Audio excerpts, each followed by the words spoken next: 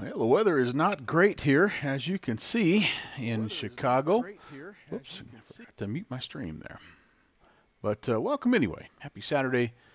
We're going to leap to Orlando in the L-1011. If this was Sesame Street, this stream would be brought to you by the letter L.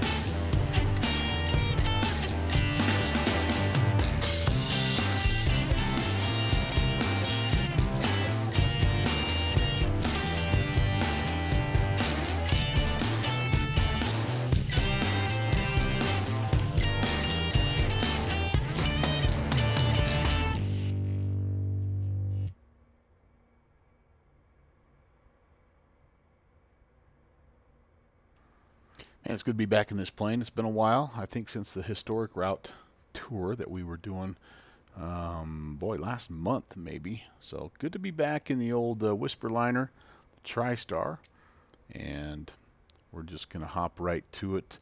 We are departing O'Hare 5 and heading down south into Orlando in the P3D world.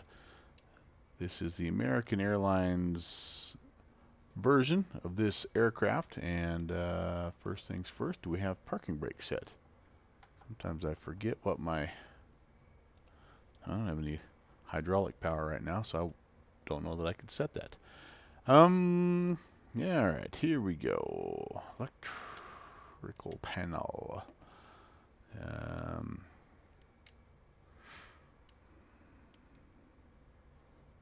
Oh, battery is on. Why is the battery on already?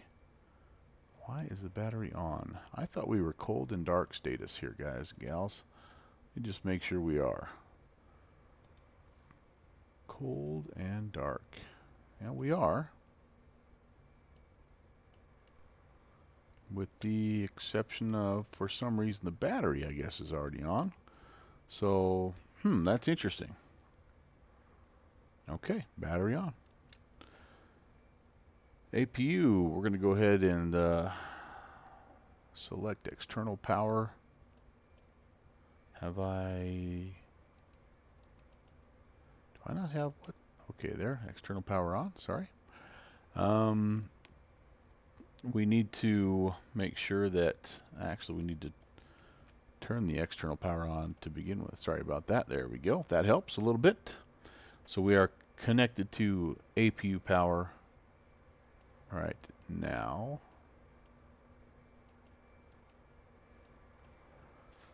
All right, this thing's being a little wonky here. All right.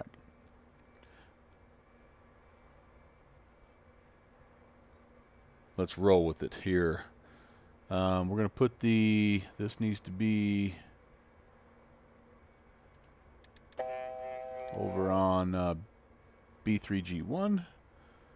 We have overhead panel. We need to go to need to make sure that those are right now they're unarmed. So I need the standby power armed. Close that. We will go ahead and arm the emergency lights as long as we're just right there. It's not really exactly on the checklist at that moment, but that's okay.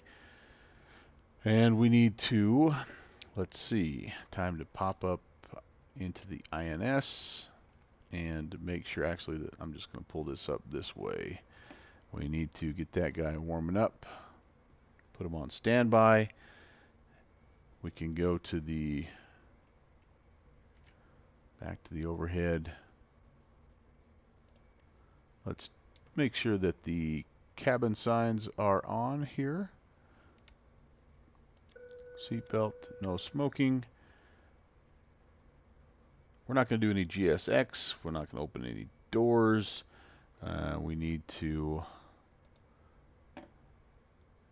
plug in our position here at Chicago O'Hare. Just using some SimBrief data as always. And first thing we have to do is we have to put in our location here at O'Hare. So position 0, we are north. Check one thing real fast here.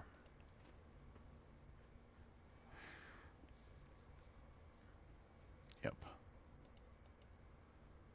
We are north. Want to make sure I had the right OPF opened up here for this flight. 4158.5. North 41585. Put that in, and it is west 8754.4. Okay, we have our position entered in. Let me just double check that. 41585, yep. 87544, yes. And we can go ahead now and we can put this to align. And that will begin, let's just check and see here, begin our systems tests. Yep, there we go, good deal. So we need to, before we start plugging in waypoints though, we do need to get our clearance.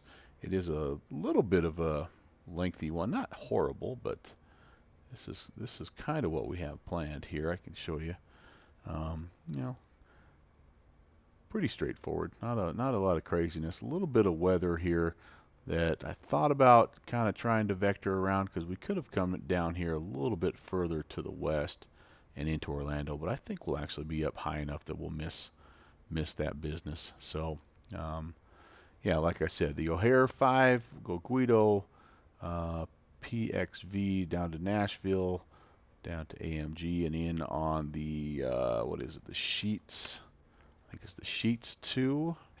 Does that sound right? The Lease 2 or Leasey 2. So let's see if we can, let's see if that will be acceptable to our ATC. We do have, well, maybe we don't. We did have Chicago just a couple of minutes ago. All right, well, that makes that easy because we do not have Chicago Center. And yeah, that's a bummer. Well, that's okay. We'll just start making our way down here, and we're hoping that ATC starts popping in as our flight progresses. The actual event, Leap into Orlando, doesn't start here for another 2.5 hours, but that's about the length of our flight. And so what I was hoping to do is get there kind of as the event is getting kicked off, so we could maybe avoid the rush just a little bit, and you know, still get the benefit of the good ATC coverage. And there'll be good traffic, you know, a large amount of traffic down there, but it won't be quite what it you know, what it can be in an event like that. So all right, so with that in mind, we can start plugging in a few of these waypoints, and I'm gonna have 4 of them is all. Keep it simple. That's kind of what I found works the best, at least for me. So we're the first one is Piatone, Echo Oscar November, and so we're on waypoint 1. It's going to be north 4116.2 and west 8747.5. All right, that's in there. First waypoint. Second waypoint is Papa X-Ray Victor, and Papa X-Ray Victor is Pocket City. That is north 3755.7 and west 87,457. Okay, Pocket City. I should have double checked. I will double check Piatone, but Pocket City. Okay, 37557. Yep, 87457. Good deal. Easy enough to back up to check here. 41162. Yep, 87475. Okay, very good, very good. All right, waypoint number 3 is going to be Nashville. And Nashville, Bravo November Alpha, is north 36082. 3608.2. West 86411. 86411. All right, 86411. Yes. 36082. Very good, very good. All right. And fourth waypoint. Actually, there'll be 5 because Orlando will be the last one, but not a lot of in-between waypoints, I guess is what I'm getting at here. And we need, I think it's Macon. Is it Macon? We do go past Macon, don't we? I might have to add one here in between. Macon is on. Yeah, let's just take a look. Here's what I'm looking at, guys. I try to put in all the VORs. I think those are kind of like I'm not putting in Guido because I can vector myself to Guido. I'm not putting in you know, the first place that I go to is actually oh, it's not even on here. Hold the phone. Central EON. Why is that not on there? EON. I do actually have him plugged in, but I probably won't.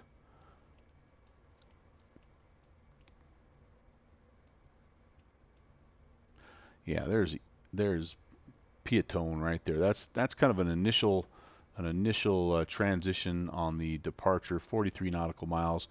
Odds are I'm probably just going to fly that using radio navigation, and same thing get down here to Guido. But then you start to pick things up. So Pocket City, so our second waypoint will really be where I let the INS take over. By then I should be nice and stable, probably up to cruise. So let's just see if I'm missing anything in between here. Nashville comes after that. BNA, yep.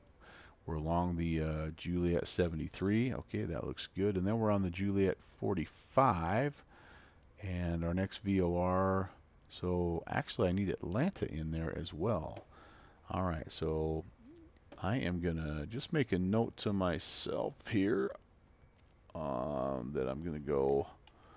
Actually, my fourth waypoint will be ATL. So I may have more. I'm more like, instead of 5, it might be about 7 when I'm all said and done. So let's put that, we'll put Atlanta in there as our fourth one. Then we'll put in Macon, MCN,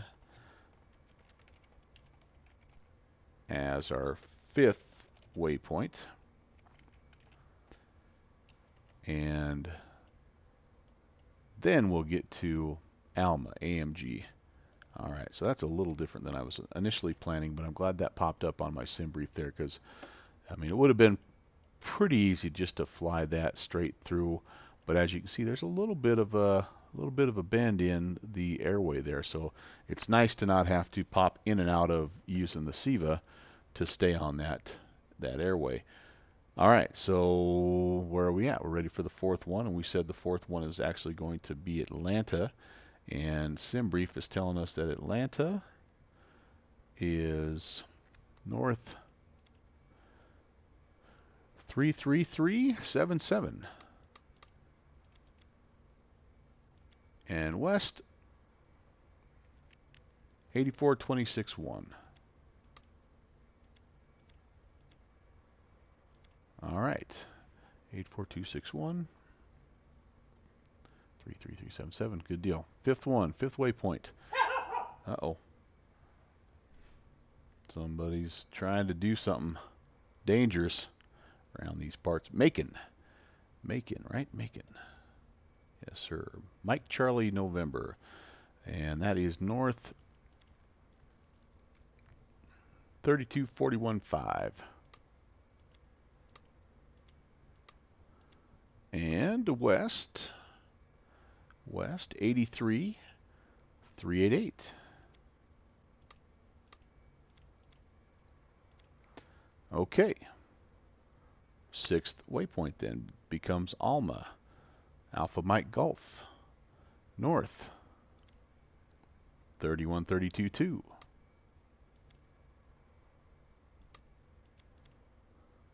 And west, 82,305.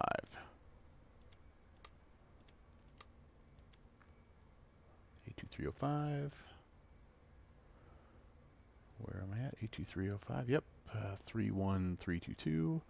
Very good. Very good. And then the final waypoint will be Orlando north, 28326.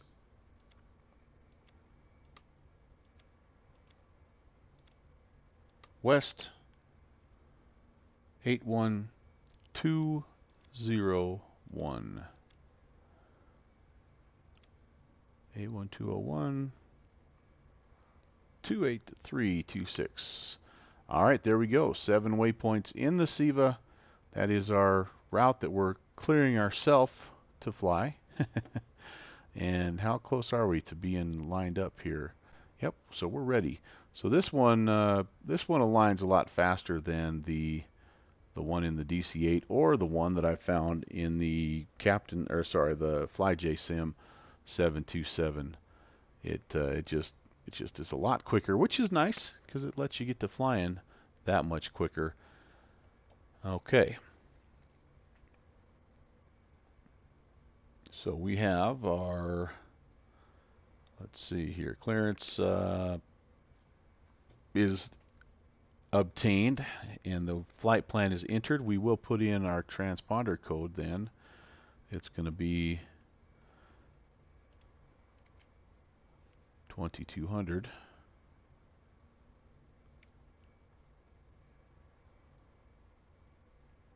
And that's right now going to go up to standby.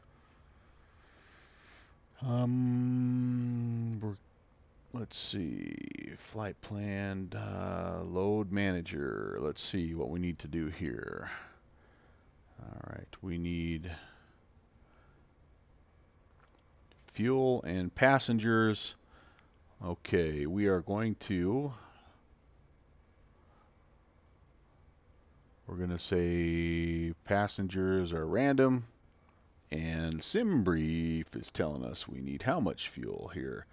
Block fuel of 27,583 kilograms. Really appreciate that you can bounce back and forth between pounds and kilograms here. It saves me a step. So, or we'll just round that up to 30,000. Gives us a little bit of extra just in case we have to divert, and I know that's calculated into the SimBrief numbers, but I like to be just a little bit extra just cuz. All right, so there's the fuel in, passengers are set, and that looks good. Click OK, it loads it up. Thinking. Okay, we're there. That is done. We need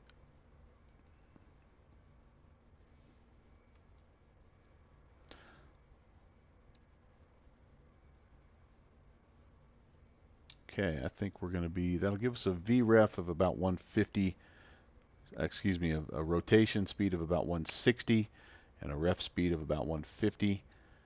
That'll work. Let's go ahead and set the altimeter here. It was snowing kind of on and off. It is a little bit, it's winter here in Chicago, as it is probably where you live as well. I don't know, maybe not.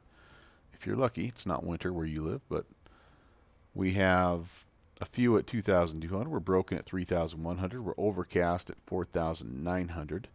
Winds 350 at 11. And the altimeter 2959. So let's get that all set up here. 2959.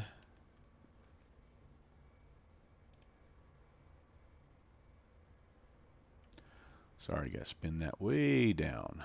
Very low barometric pressure here, 2959. All right, there we go. There we go.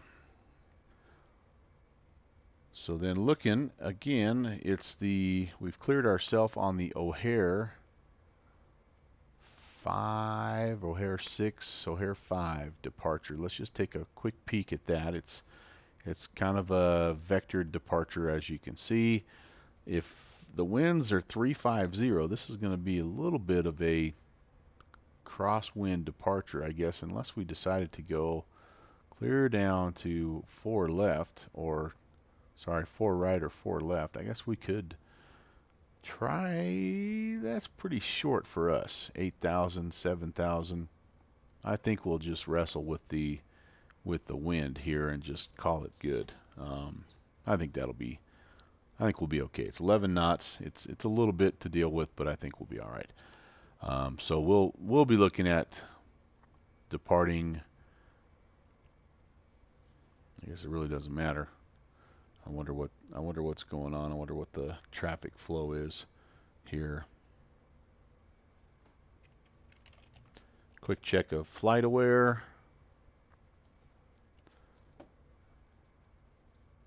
Let's browse by airport. Let's put in Chicago O'Hare, and let's just take a look at the map and see what they're doing. Yeah, so they're in a west flow. So we'll be taking 28 left. Yeah, so that's what they're doing there. Okay, we can do that. 28 left or 28 right. Sorry, yep. No, 28 right or 28 center. That's right, 28 left is clear down here. That'll be what we're looking to do. Probably 28 right will be what we will do, so we don't have to cross traffic to get out there to our departure. Okay, 28 right. Just make a note of that as well. 28 right. And we are using the Navigraph's moving map, so that'll help us here with safe taxi. But anyway, sorry I pulled that off too soon. Back to the departure that we are needing to execute. We will be, let's see, we expect a radar vector to the first en route nav aid, which for us again is that Piatone, and we need to cross the 5.5 DME arc at or above 3,000. Should not be an issue. Let's just take one last look at the other page here just to make sure we're not missing something. Yep, so we'll be departing here and kind of heading into this little quadrant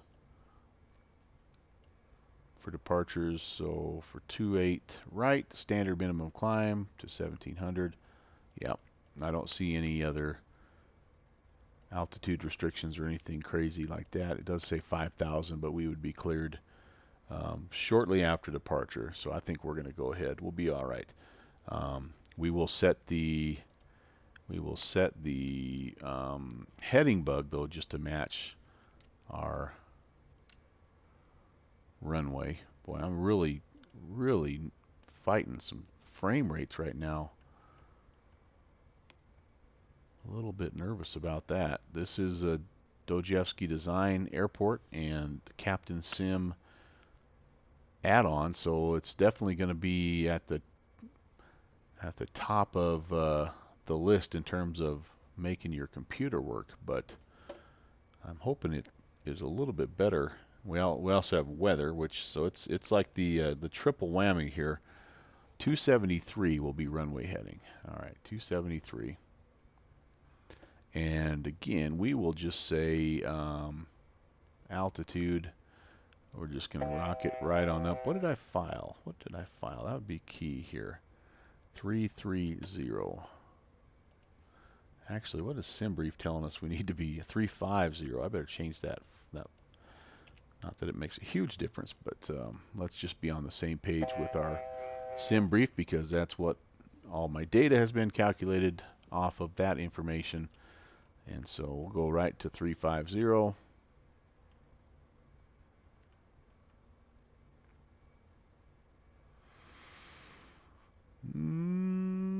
Okay, there we go. That takes care of that. And we're getting a little bit closer, folks. Altimeter set, altitude, heading set. We'll put our speed here, climbing out here at 220.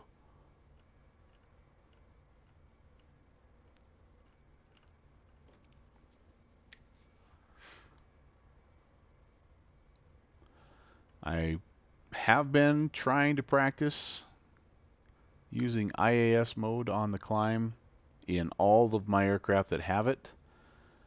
It's been a mixed bag. Some have worked better than others. This one is not one that's worked really well for that, but I am going to try it again today and just see how it works. If not, we can pop it quickly into vertical speed mode and be just fine. But I will try that. I understand the purpose of that, and so I don't want to disregard and not learn how to do that just because I've had trouble with a few of these things in the past. All right, so do I need overhead lights? I might, but I think they'll come on here. Yeah, I think we'll turn those guys on here in just a little bit. We're not too dark just yet. So let's go. We do want to put the anti-collision lights on right now, just so folks know that we're there. We'll put the position lights on as well, and let's go start the APU. So we need to do master power on. Then we need to push the starter button.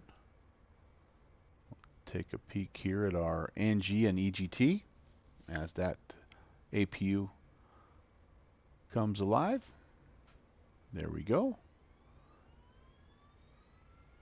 We will open the bleed air shut off, if that makes sense. And then we have to come up here and do, whoops, sorry guys, to come up here to the hydraulics panel and turn off ATMs, and we need to also close the pack flow controls. Alright, we have a successful APU start, so we can go ahead and disconnect our external power, and boy, we're pretty close, I think, to being ready to go. Brakes are, our brake I think is set. It's not wanting to do anything here, guys. Oh, that's weird. Park and brake. Why do you vex me? I might have to just hold the toe on that guy for right now. Fuels selectors are off, flaps are up, and any chance GSX will come push us back? That sound tells you the answer that I figured it would. Alright, well, we'll just push straight back then, doing the old Shift P. I'm going to, while I do that, pull up the taxi chart for ORD just so I can confirm where we're at. Oh boy. All of a sudden I've been logged out of Navigraph.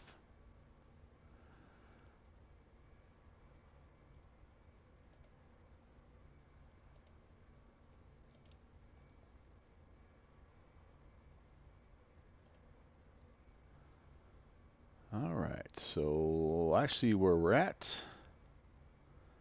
We're just going to go straight back here for a little bit just so we can get clear of this guy. And here's where we are, by the way. We'll just kind of, if we're going 28 right, looks like we'll maybe be able to just kind of come out here. I might even come around here and grab Lima Lima over to November, and whoops, and then Yankee. I always miss this turn, by the way, so I got to be careful not to miss it. All right, I think we're back far enough. Don't want to run into anybody else behind us. Okay, that's good. Ooh, I do have, why do I have my landing lights on already. Sorry about that, everybody on the ground. Sorry that you're blinded now. Also, sorry if you've been checking in here and watching the setup. I know it's not a lot of flying action, but it's super interesting, and I love, I don't know why, but I just, when I'm not flying propeller driven stuff, I love doing this old school SIVA and all that good stuff. All right, so let's get this thing started. Um, we're going to go to the overhead panel. We are going to start number 3 first. So we push that guy. We're going to watch the N2 rise to 20%. We're going to hear that guy spooling up in the background. Introduce the fuel.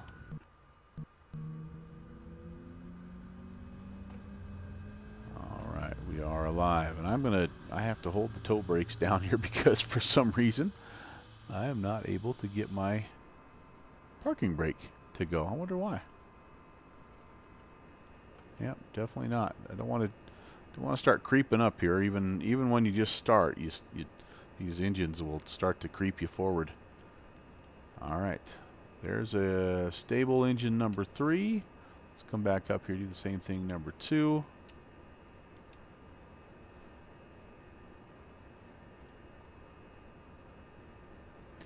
And scheduled to be off here in about 30 minutes. We may be even a little bit early, which is cool. All right, there's 20%. There's some fuel.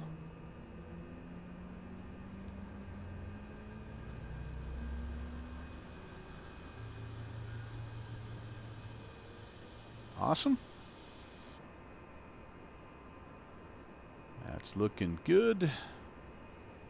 Everything's nice and stable. And then one more time here, number 1.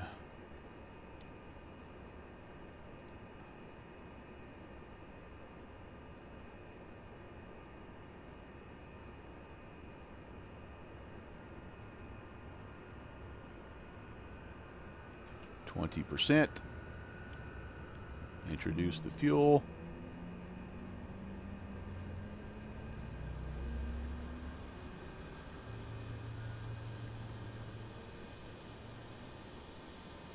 Very nice. Very nice.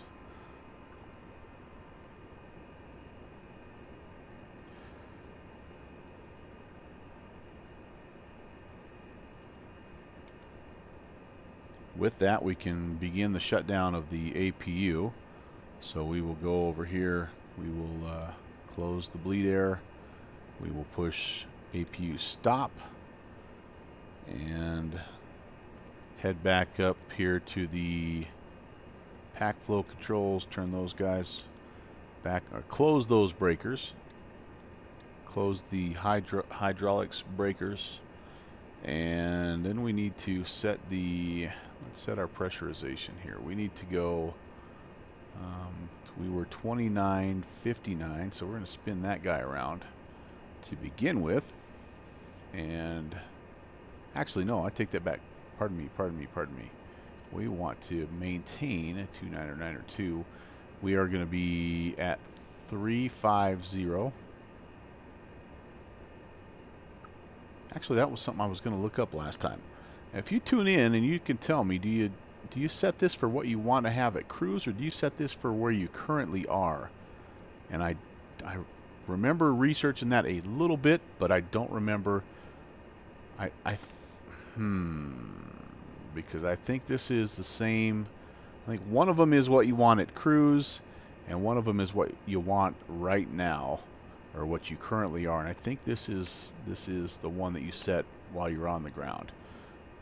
Correct me if I'm wrong. If you come across this, shoot me a chat message or leave me a message and let me know. I want to make sure that we do this right. Okay. Cabin pressure, altitude set, baro set, pack flow controls, everything's back on, hydro's back on. Okay, we need to go over here and we need to make sure that we are on Gen 1. This is, okay, Bus volts need to be... Okay, hold on. I want to make sure of that we don't have external power anymore. That's cool. And we need to be on ESS.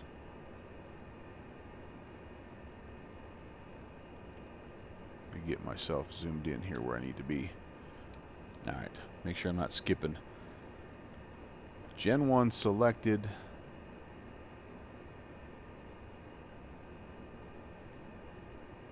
This needs to be ESS. This needs to be B3G1.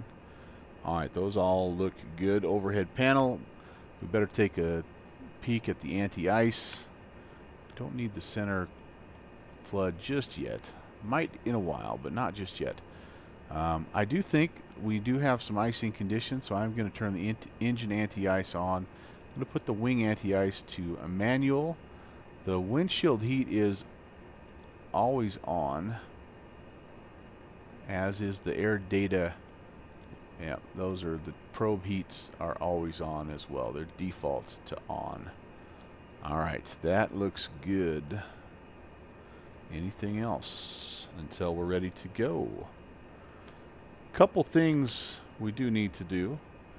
We do need to go over to 2280 and announce our intentions there. And we do need to tune in the first VOR, which is the Echo Oscar November VOR. Let me get back up to it here.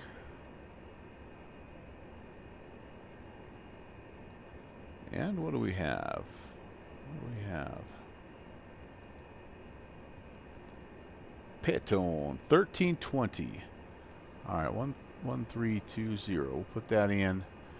And once we get going. Traffic southwest 2170, entering runway 22 left. Okay, there's some traffic. We are heading out, let's see, roughly it'll be a 176 outbound from O'Hare. Actually, that's probably what we should base it off of. Let's start with Southwest 5031, clearing midway 22 left. Yep. Midway there. 10825. Let's start with that. 10825. Let's base it off of that, just because I know we'll have that tuned in, and we'll be departing essentially, trying to pick up a 176 outbound roughly. Midway traffic southwest 117, taking off runway 22 left, midway 5 departure to the south. Midway traffic. Kenny Monster, hello. Yeah, the Bush Hooligan ended up in the wrong hangar today, so Traffic southwest 2553 is line up way behind the company. the L-1011 looked the shiniest today, so that's why I'm here. 160, 176. That'll be the outbound. All right, that's set. 176 confirmed. I don't think there's a way to get rid of this. Nope. But we do need to test and make sure that everything is working. Yes, yes. Left, right. Okay. Okay. And the last check of the checklist. The last check of the checklist. We can go ahead. We need to turn our weather radar on.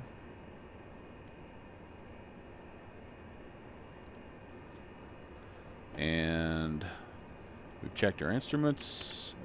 Checked the controls. Taxi lights are already on. Anti-skid it's going to be not on until, oh, it is on. Okay. Transponder, we're going to squawk Charlie. I'm going to put that on X pilot, and then also down here. Where's my view? I got a better view of the transponder. We'll squawk normal 1. All right. And Flaps 10 departure. 2 notches, I believe. We'll just double check. Yep. Actually, wait. Hold that thought. I'm thinking maybe of the DC-8. Flaps 10 is oh, that's flaps 15. Flaps 10 is a single notch of flaps. There we go. All right, go grab yourself a quick snack. I'm just about ready to depart O'Hare and head down towards Orlando, Kenny. So come on back when you've got your grub and we can visit.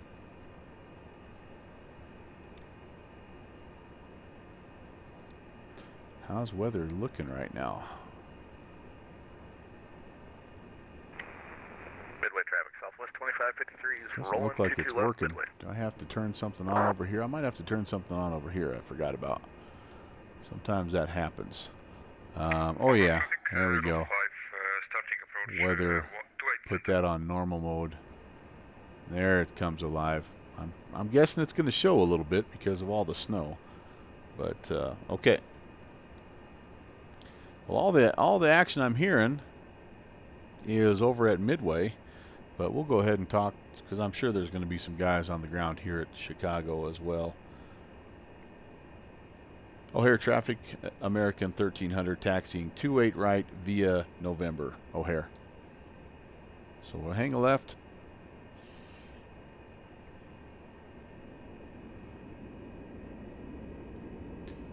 Clear left.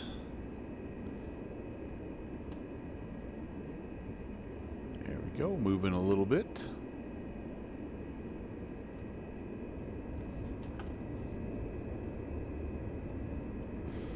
I got a new chair mat here to go over the carpet. The old one was not doing so hot, and I really like it. It's nice, but it's new and like my chair slides around. So as I'm pushing down on the pedal, I'm like sliding backwards. I'm gonna have to figure out what the heck I'm gonna do about that. But anyway, it's definitely nice. Okay, clear to the right, clear to the left. Here we go.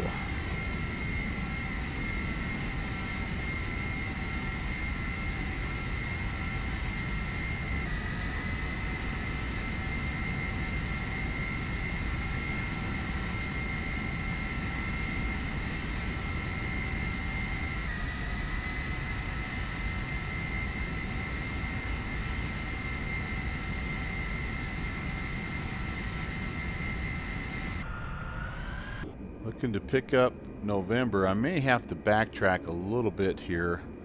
Doesn't look like this cuts me straight through, which is okay. I'll be backtracking to, I think, Alpha 15. One time I accidentally,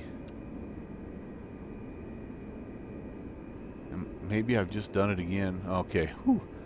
One time I accidentally ended up on, there's like a little service road that runs in between. You can kind of see it right here.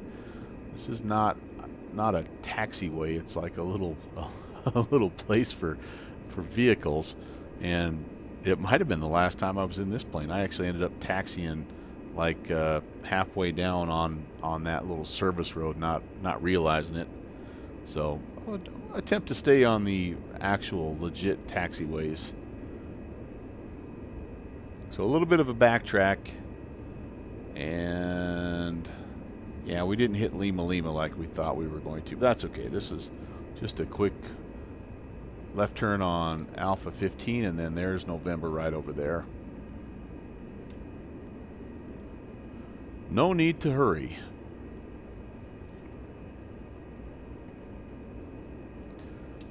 This plane takes a little while to get off the ground, but boy, once it gets in the air, things happen pretty quickly. We're clear to the right, and we're clear to the left. I don't hear any other traffic here on the ground at O'Hare, which is a little bit strange because I just had, when I when I went live, they had center control and I thought a healthy amount of guys. I mean, it wasn't like 50, but there were double-digit guys that were on the ground ready for departure, but apparently they all took off before I jumped on Unicom or something. Or they're sitting there still getting set up. Who knows? That's all right. Okay, so we're on November again. We want to go down to Yankee. We don't want to miss that turn because we don't want to end up on 28 right. We want to end up on, 22 left. We want to end up on 28 right. We are fighting a little bit of a crosswind. So it's 350 at 11. So it's going to move us around a little bit. We'll have to be careful about that because I'm guessing that the runways may be a little slick with the snow. Not sure how detailed that is actually modeled in this scenery or with this airplane, but I do know that it does. There are some sceneries that model that. Okay, that was Echo Echo.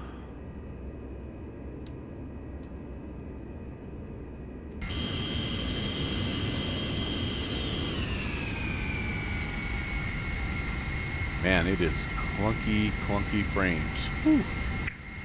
traffic, final approach 28 center, route 5. Alright, so he's coming in 28 center, which will be just to our left.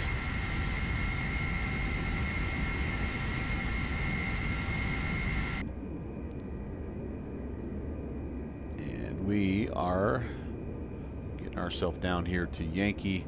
I think it might be our next right-hand turn. There comes the airport or the airplane lights in the distance there. That's cool. He'll be down and well clear of things before we're ready to go, I'm sure. We've got a little bit more setup to do before we can depart.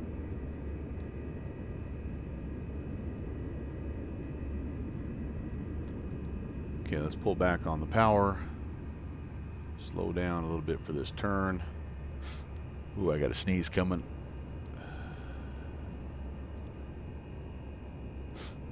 Oh boy. All right. There he comes. Looking pretty stable. Maybe a little high. Not bad though. Happy landings, Captain, whoever you are. Here we are. Let's get ourselves turned around facing the runway. The hold short. That's probably close enough. I'd be getting hollered at here by my CFI because I think I may be actually too close. Am I? To the hold short line. I didn't do a very good job of getting up there to the hold short line, did I? Let's see if I can see. Yeah, I'm pretty close. Alright. Enough of that. Let's get the last little bit of our checklist done here before takeoff checklist. We need to go to the overhead. We need to arm the continuous ignition. Alright, all of our anti-ice is still on. We'll go ahead and turn the taxi and runway turn-off lights off. We're going to put our landing lights on, and by now the APU has cooled off enough that we can turn off the master power to the APU. And let's see, everything else I think looks good. No warnings, nothing funky.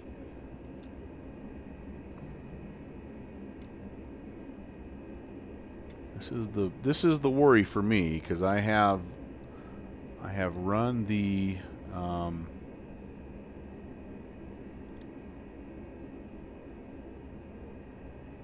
feel like I didn't actually. I may have just opened that door and not actually shut down. Oops. Oh, that's the stop button. Duh. That's the auto fire shutdown. Holy cow. So I just totally turned the APU off the wrong way. You're supposed to stop it. You're supposed to turn that off and then let it cool down, and then you turn the master battery power off. Wow, that was not good. That was not pretty. So what do I have down here? Yep, icing. Flight control panel, auto ground, spoilers are inoperable. Yeah, so icing conditions, that is on. Let's just make sure there's nothing crazy here. Alright, we've got those are failed. Well, I wonder why those failed. Auto spoilers. Reset those. And what else? What else do I have?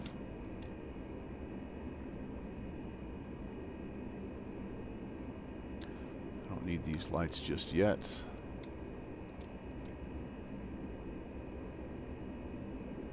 Okay. I think we're okay. I think we're okay. This is going to be on just because of the conditions, and it should turn off once we get started. All right, well, wish us luck. O'Hare traffic, American 1300, taking 28 right for departure, O'Hare.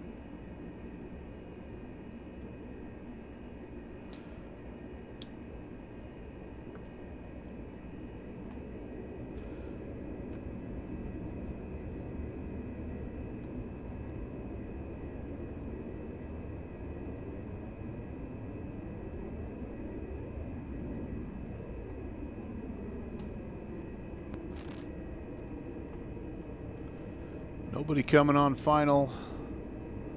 Runway is clear.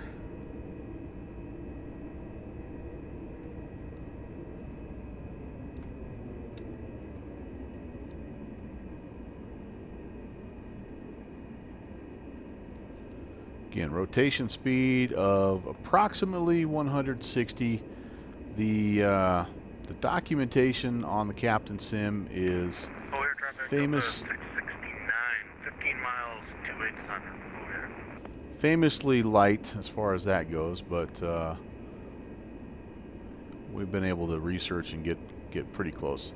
Okay, here we go, folks. Throttle coming up.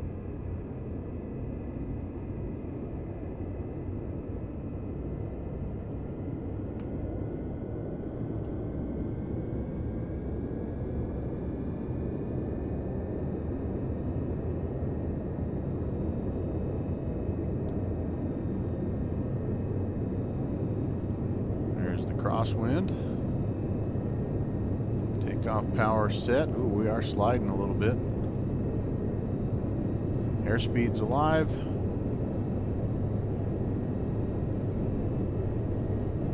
.100 knots.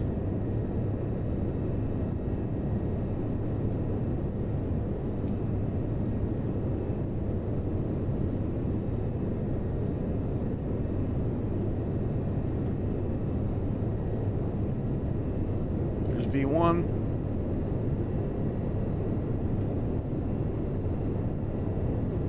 Rotate.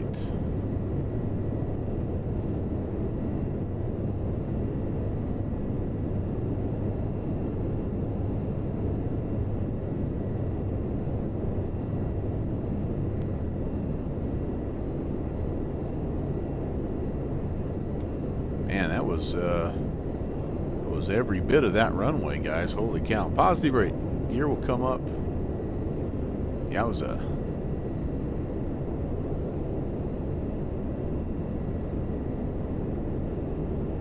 we're going to arm the autopilot. We're going to put the IAS mode into play. And we're going to arm heading mode as well. Okay, flaps coming up.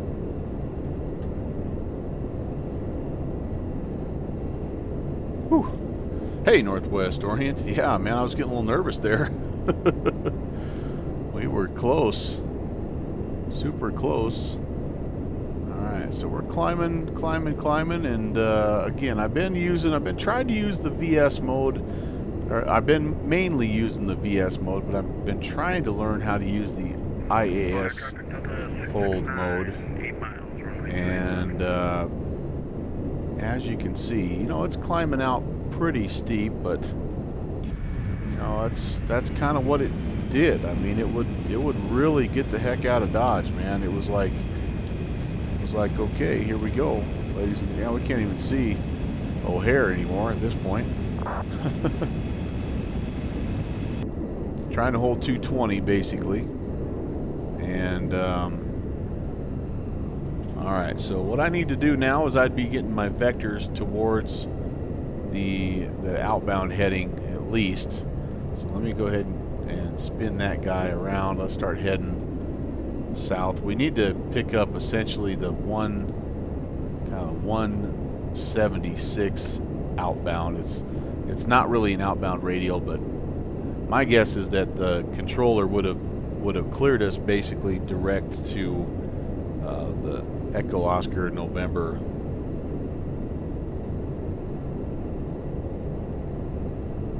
Yeah, Piatone, which is 113. Let's just try to tune that in. Let's just see if we can get it here. 113.20. We're not picking up anything here anyway, so. Alright, 113.20. That's our first waypoint. Let's see if that comes alive. Yes, indeed it does. Alright, so here's what we're going to do. We're just going to spin this guy around until we line up, and we're just going to vector ourselves direct. We're going to actually be pretty close here, just rolling out on about a 150 heading. So I actually think I can live with that. Let's go nav mode, and let's just let it fly the VOR. We are over 10,000, so we can speed things up here. Let's see what the IAS does. It's doing a good job of just, again, adjusting our pitch.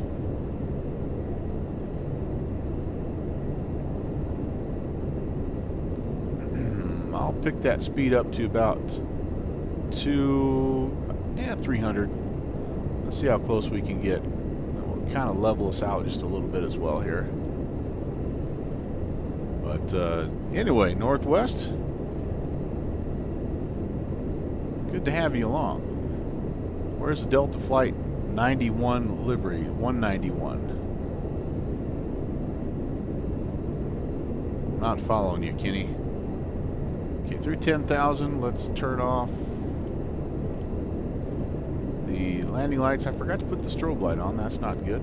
We can turn the continuous ignition off. And yep, our speed is lingering here just a little bit.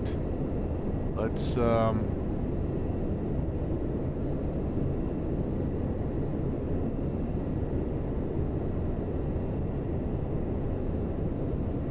do this. I'm gonna pop it onto VS, vertical speed mode. I'm gonna level off just a little bit and build some airspeed.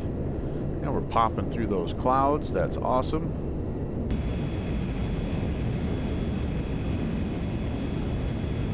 Fire Delta 669 clear 28 center crossing 28.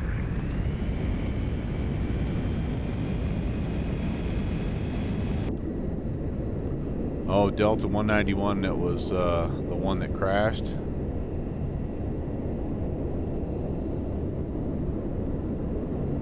Yeah, I don't.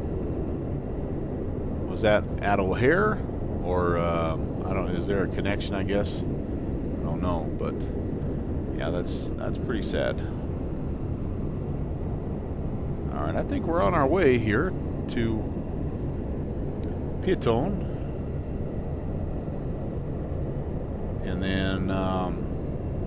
then at that point, we're going to go ahead and we're going to continue just flying via radio navigation down to Guido. And then at Guido is when we will go ahead and we will engage the INS, and we'll let it go ahead and do the heavy lifting the rest of the way. So we're taking a look to our first waypoint. That is the Piatone, 40 miles out, and sorry, 227 miles out. That seems like too much. Yeah, that's way too much. 22 point. You know, let me look here again. Yeah, 22.5 miles. Sorry. Distance and time. Yeah. A little over 20 miles out. Does that match up with what we have here? Yep, 25 miles out on the DME. Okay, looks good, looks good. Once we get there, it's going to be a, let's see, a bit of a right-hand turn, about 181. So I'm going to go ahead and just spin that over and just have that ready to go. All right, speed's picked up nicely. Actually, maybe even a little too quick. I can pull the thrust levers back just a bit here. We don't want to overspeed. We're getting close to doing that right now, so let me increase the vertical rate of climb. As you can see, we're super close to hitting that overspeed. Making about 350 right now. And once this thing gets going, like I said, it really gets going. We're through 18,000, by the way, so let's pull that barrel back to standard. 29902. There we go. So I crashed attempting to land at DFW. Yeah, I know it's kind of, I think it's kind of VATSIM practice to not have like those call signs of any aircraft that's had an accident like that.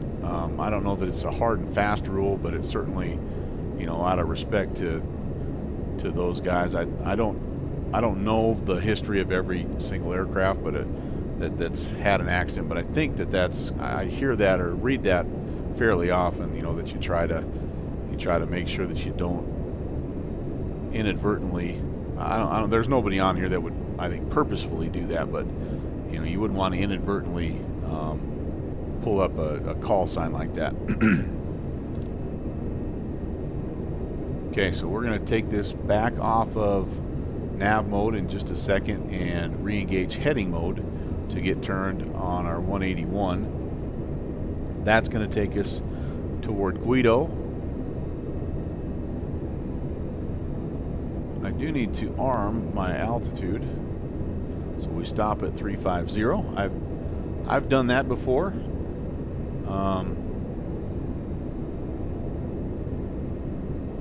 Blowing right through the altitude. All right, there we go. Speed's back to about 300. So I wonder if I could engage IAS now, and I wonder how it would do with holding that speed. Let's just see.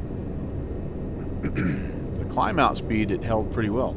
Yeah, Kenny, that's like if you were to pick any of the, you know, the aircraft in 9/11, for example, over here in the United States. I actually think you would get into a little bit of trouble if you did that. And then obviously there's a little bit of policy I've read on that if you continue to do that, then you can be banned from VATSIM. So you know, and again, there's been several aircraft accidents, so it's not like, you know,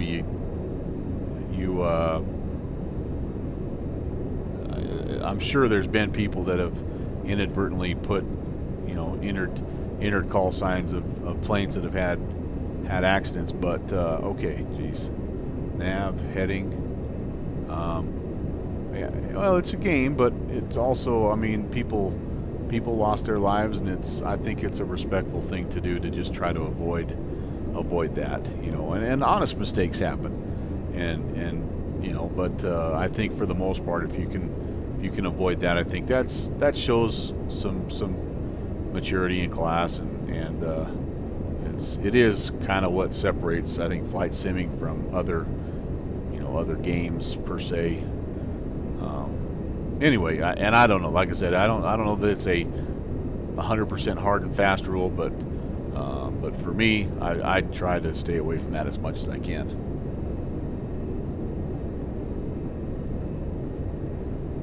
You know, it's kind of like if you squawk 7700, you get in trouble for that. In fact, I think you get automatically disconnected if you squawk that you're hijacked. And again, it's just not something that I think that I mean, I think the people that developed that sim, you know, that's just kind of a line that they drew, and I support that. I think that's a good idea. The UFTA 507. I think the only reason why, which by the way, that would be a good call sign, but I think you're limited to seven letters for a call sign. Is that too many? Maybe it's, yeah, I think 7 is the most you can put on there. So if you could change that OOF to 507 to 7 letters, I think you'd be okay. I mean, you see all kinds of crazy ones, you know, people that have virtual airlines and they make up their own, you know, their own call signs, and so that kind of stuff happens, you know, and I think that's kind of fun. All right, I think we maybe blew through that. Here I am chit-chatting, or I'm not turning far. Oh, I need to get this before I know if I'm even close to where I'm supposed to be. Let's get that put on 180. Oh yeah, I need to go way more to the right here to intercept that outbound.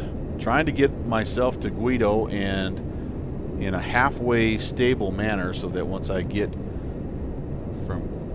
to Guido, so we went to here. This was Peaton. I didn't turn quite enough, so we're trying to get back on this to get to Guido, and then from Guido, pretty much due south, 182. I want to get stable there so that I can turn on the SIVA and make sure that's working. And this right now, yep, we're going from 1 to 2. So we crossed over our first waypoint in such a manner that it recognized it and bumped us automatically to where we're heading from 1 to 2. We have, it looks like 180 miles.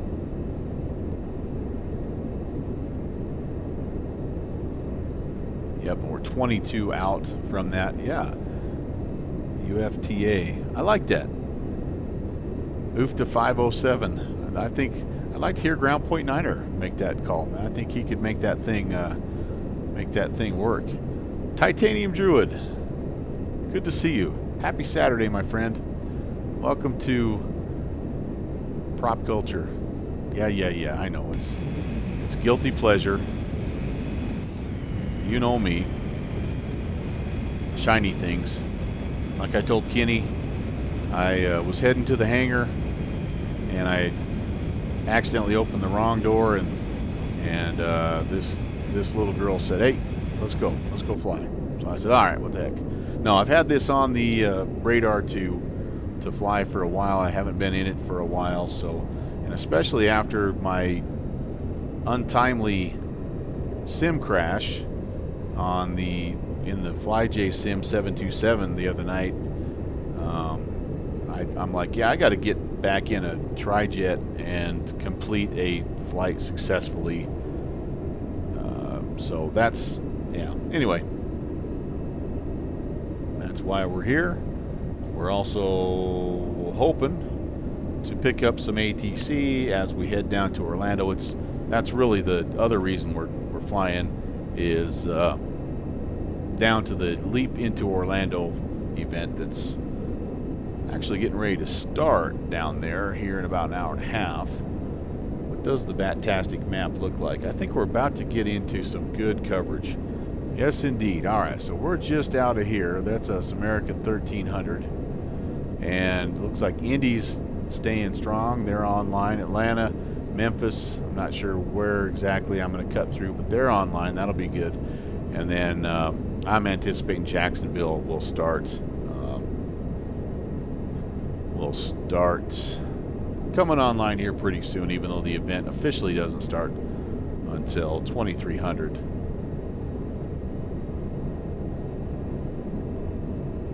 Here is what's happening, by the way, in your Vat Sim world. Boston is up and running.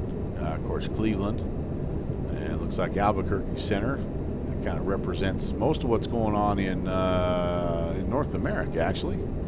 South America, again, plenty of action down there. 3 different centers to fly, and a pretty good amount of traffic, it looks like. I wonder if they've got something going on down that I don't know about.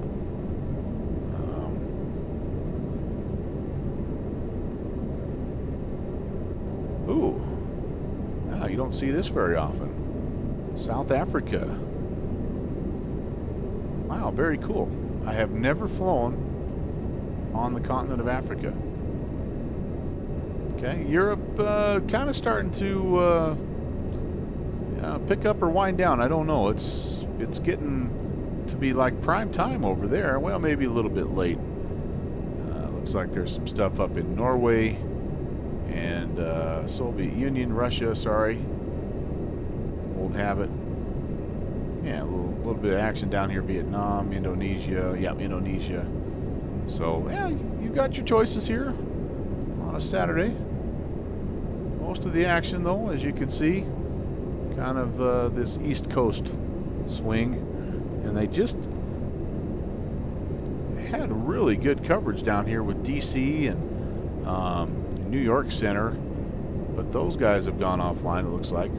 Some of those guys actually will come down here and help staff the Orlando event. So that's, but anyway, ooh, yeah. Hopping back in the Warrior 2. All over the place. That's okay. Stuff happens. Alright, so here's the, I guess, the downfall of IAS mode, or maybe it's not the downfall. It's holding 300 really, really well, but we are just absolutely creeping like at 200 feet a minute in our climb. So I'm going to trade a little bit of airspeed for some climb. I want at least, let's see if we can maintain 1,000 feet per minute here. Let's get up to climb so we can get leveled out. Oh, there we go. We're on our outbound. I should have engaged the nav a little while ago. It's going to make a big correction. Maybe, maybe not.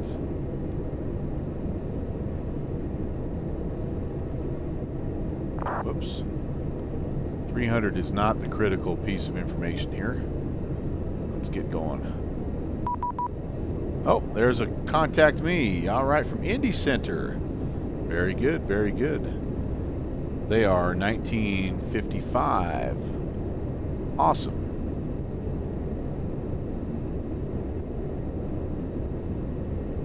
Or India uniform.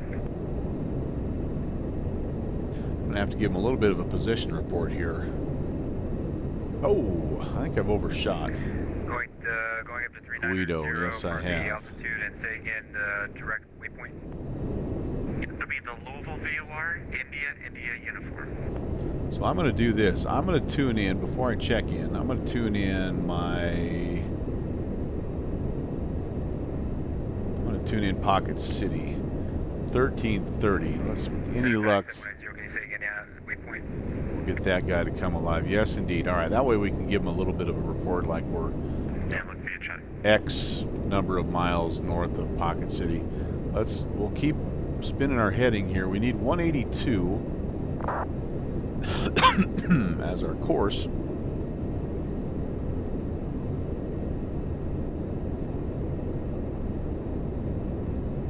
Indianapolis Center, good evening. American 1300, climbing 340, 140 miles north of Pocket City. American 1300, Indy Center, good evening, sir. Squawk 6626. 6626, American 1300. 6626. Oh, somebody else is trying to talk to me here.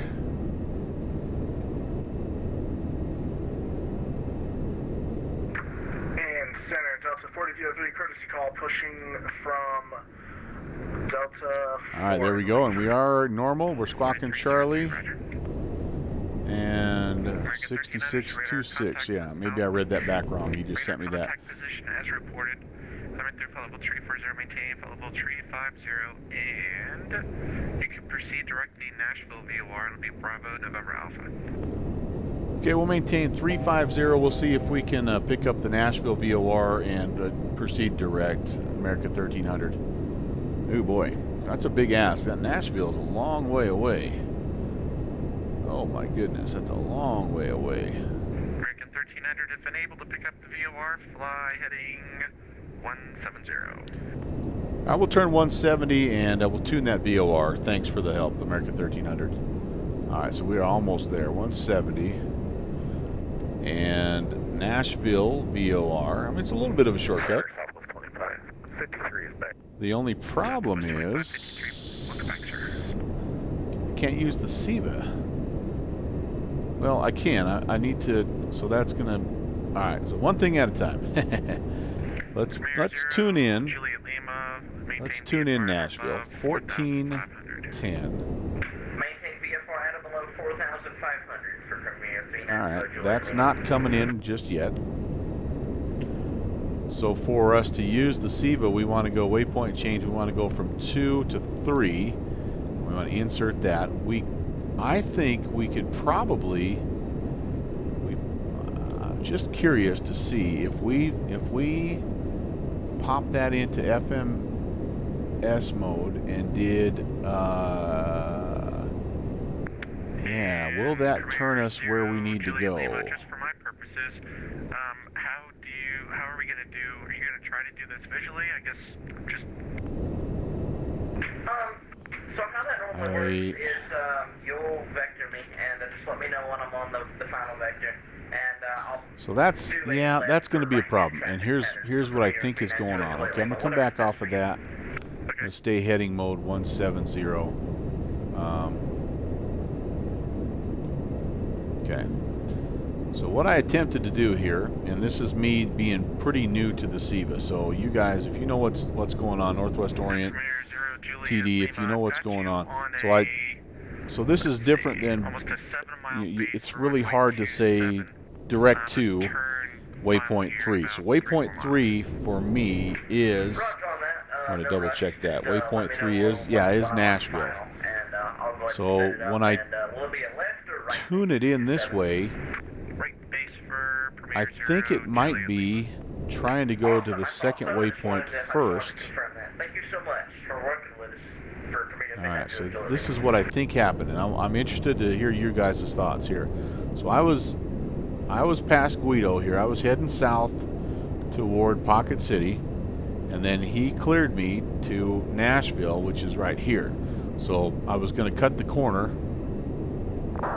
but if I would engage the SIVA, it was telling me I was going from 1 to 2, so it was going to take me to Pocket City. So I thought if I made that go from 2 to 3, it would let me just proceed direct to Nashville. But it looked like it was turning me to come. I had turned 170, which had me kind of head to the east. It looked like it was turning me back to Pocket City to then proceed. So I wonder if I changed this and went 3 to 4, if that would take me to Nashville first. What do you think? Noted 542 leaving outer space. Does that make any sense at all? Chicago's offline, radio services terminated. Frequency change to Let's find out. Approved. Let's find out. It should keep me on about a 170 heading, because that's got me going pretty well towards you can make that right turn to final for runway 27. Alright, we'll right turn to 27. yeah, it's really turning me 181. Yeah, I just don't think that's going to get it done. And Center Delta 4303 is ready for taxi instructions to 23 left. Okay. Delta 43. Well, we're just going to stay on radio navigation then for now. And when we get to... Left taxi via Juliet, Papa, and you are cleared to cross runway 32 at Juliet. Hey, Don Shap, sorry. Check the VORs in the RMI indicator and it can help. Well, okay, so what I have tuned in right now is I have 14.1 tuned in, which is, that's Nashville, but I'm not picking it up just yet, obviously. I'm a little too far away.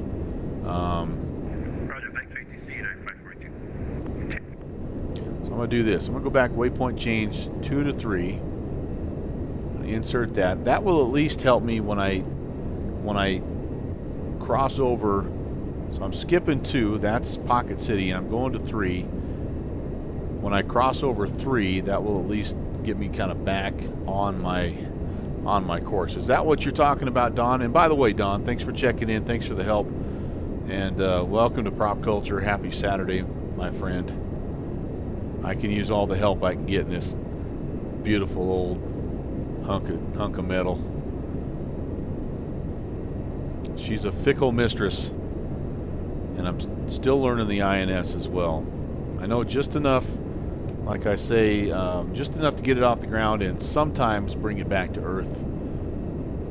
So it's pretty dangerous at this point. So 208 from... Southwest 2553, contact Atlanta Center 13. This would be actually 208 from Nashville right now. 97 Southwest 2553, sir. And Mach 0.82, I can slow that down. I'm not in a hurry here. I'd like about a Mach 0.78 cruise today. So let's start to spin that back a little bit here, and I'll just kind of sit and stand by for maybe some more ideas from Don.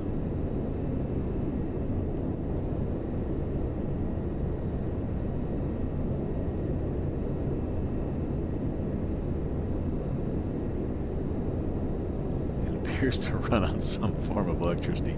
TD, you always manage to clarify things. I appreciate that as well. I really do. Premier 0 Juliet Lima, the wind at Cincinnati.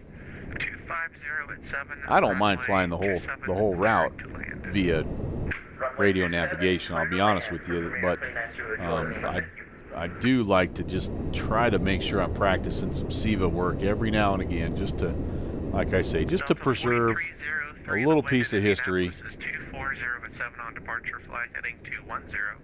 Runway 23 left, clear for takeoff. Clear for takeoff, 23 left, and we'll fly 210 on the Fresca. heading, Delta 4303. Fresca. All right, let's hop back over here. Let's just take a peek at what's going on. Make sure there's nothing out of the ordinary. Everything looks pretty good here. Pressures, temps, all are looking good. No warning lights per se. And fuel quantities, we're staying nice and balanced. That's good. Fuel temps are okay. All right.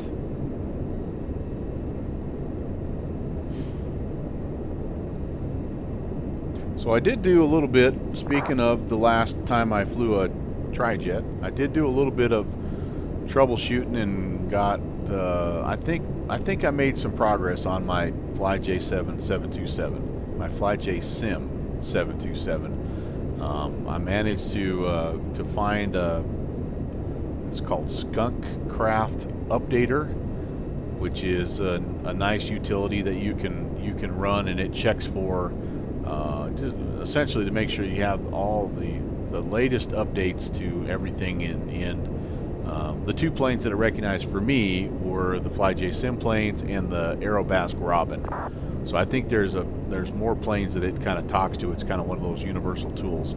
But there was an update that I didn't have, number one, and that cleared up a folder issue that I had that I didn't know why it wasn't working right. And so essentially I just did kind of a clean restart or a clean reinstall, but I also ran this Skunk Craft, and it really helped out. So far so good. I still need to do a complete flight, but so far so good. It looks really good. I'm with you, Don. It's there was a developer that had made an L-1011 and a DC-8, which is, you know, a couple of my favorite vintage planes, and, you know, kind of a reason why I still hang around P3D a little bit so I can fly these guys. But yeah, I'm with you that it would be really awesome to have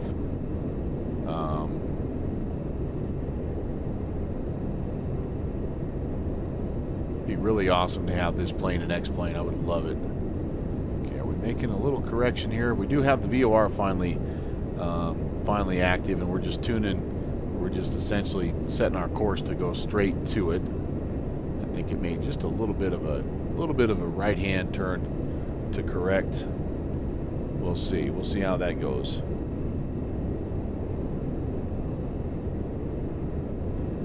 But yeah, if somebody does, I'm going to jump on it because I love it.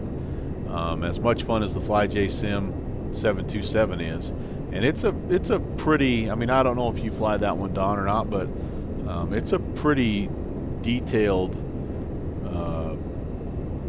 nicely done aircraft, and it's as close to this as I think you can get, regardless of sim. And so it's definitely fun. It's been my, I think it might be my only jet that I have in X-Plane. Everything else in X-Plane is GA stuff for me. Yeah, trying to remember who that developer is. Let me do some quick looking here. Anyway, they just for whatever reason, like in 2017, they just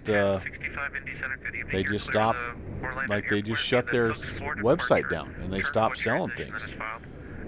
So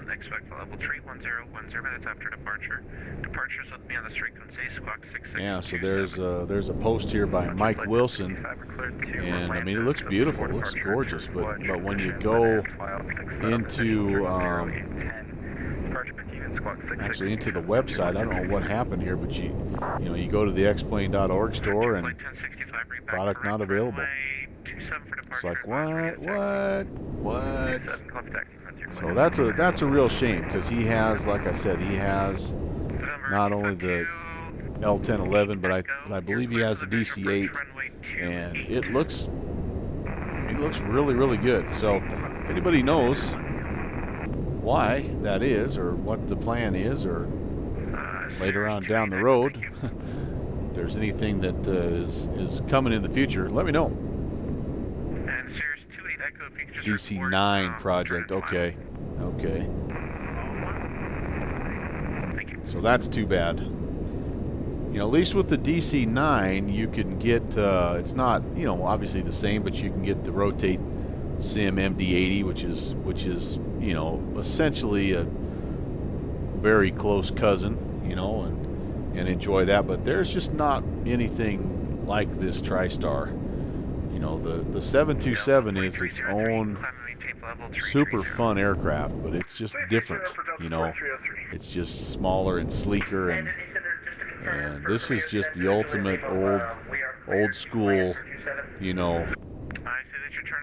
wide body, heavy. It's awesome. I love it. All right, so let's see here. DME is showing 156. SIVA is showing 156, so we're heading direct to Nashville at this point in time. So that is good. And the other news that is nice to see is Jacksonville and Miami have popped in. Miami is our alternate, so that's good to have. And we're way up here, so we've got a lot of time to enjoy, a lot of good ATC here as well. We are going to be popping into uncontrolled airspace just for a little bit, but maybe he'll hand us off to Atlanta. We'll ask. Not that it's a big deal. We're up at cruise right now, so it's easy for us to just, check in, check out real quick. But it is kind of nice if you can continue the air traffic services. And the one thing I need to look at that I haven't for a while is just check the icing conditions. I see our icing light has went off, so maybe now that we're above the clouds, I think maybe we'll do this and just save a little bit of extra power. We'll turn those anti-icing systems off for now. But yeah, Don, do you know of any other, I guess, vintage, the other vintage I guess, not jet, but bigger plane I have is the DC-3. I love the AeroWorks DC-3. But if you're a vintage airliner guy, that's my other thing. Even though I'm mainly a GA, mainly kind of propeller-driven guy, it's just fun to hop into a vintage plane every once in a while and fly old school. And AB Premier 3928 Lima has just vacated the runway. We're actually visual impaired pilots, so we're not going to be able to taxi the aircraft. So we're just going to. But yeah, let me know. Thank you for your service and have a wonderful day. All right, you too, sir. You have a good one. Catch you next time. Yes, sir. You too. Thank you. Take care.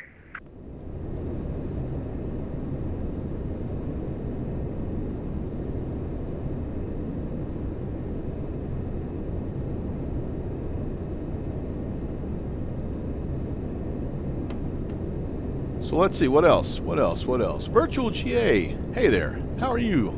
Captain, good to see you, man. How's your Saturday going?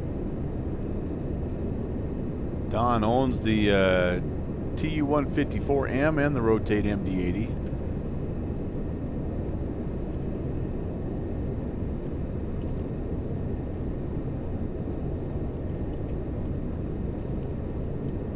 Who makes that 154? I guess that is a pretty close cousin, isn't it? It's kind of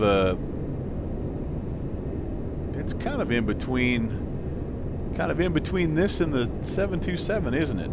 Who's the designer that makes that for X-Plane? I'm trying to look here on the other screen. And how is it, by the way? I guess that's the main thing. How is it? Is it because the MD-80 is like, that's a pretty near study level sim, or if not, the Tupolev, well, by Felis. So where would you categorize that? Is that similar to is that similar to kind of where the MD-80 is as far as the systems, level of systems and things like that?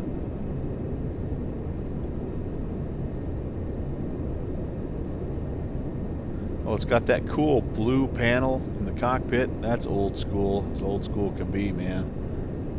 Ooh, look at that night lighting. Wow. Wow. Look at that. That's not even a plane that was on my radar, but now, geez, I may have to start researching that bad boy.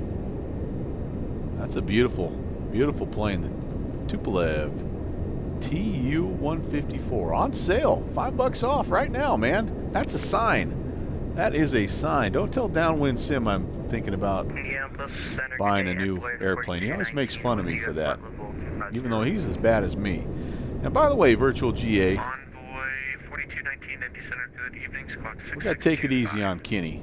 6625, Envoy 4219. Kenny's been wrestling with Ryan Scenery, and he's not been getting a whole lot of help from me trying to troubleshoot what's going on. So I did see that maybe it looked like Kenny had made a little bit of progress on Agent Bravo 7's channel last night. I hope so anyway. So I'm sorry I wasn't able to help you out. We ended up at the end of the night, though, your file structure and mine looked exactly the same, so I'm not sure what was going on.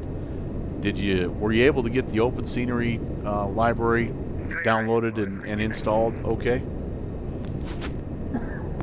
Sorry about that, guys. And I saw what they read about, or what they said about where you install the Open Scenery X installer. It really doesn't matter, I guess. But I just had thrown mine in the custom scenery folder just to keep it straight.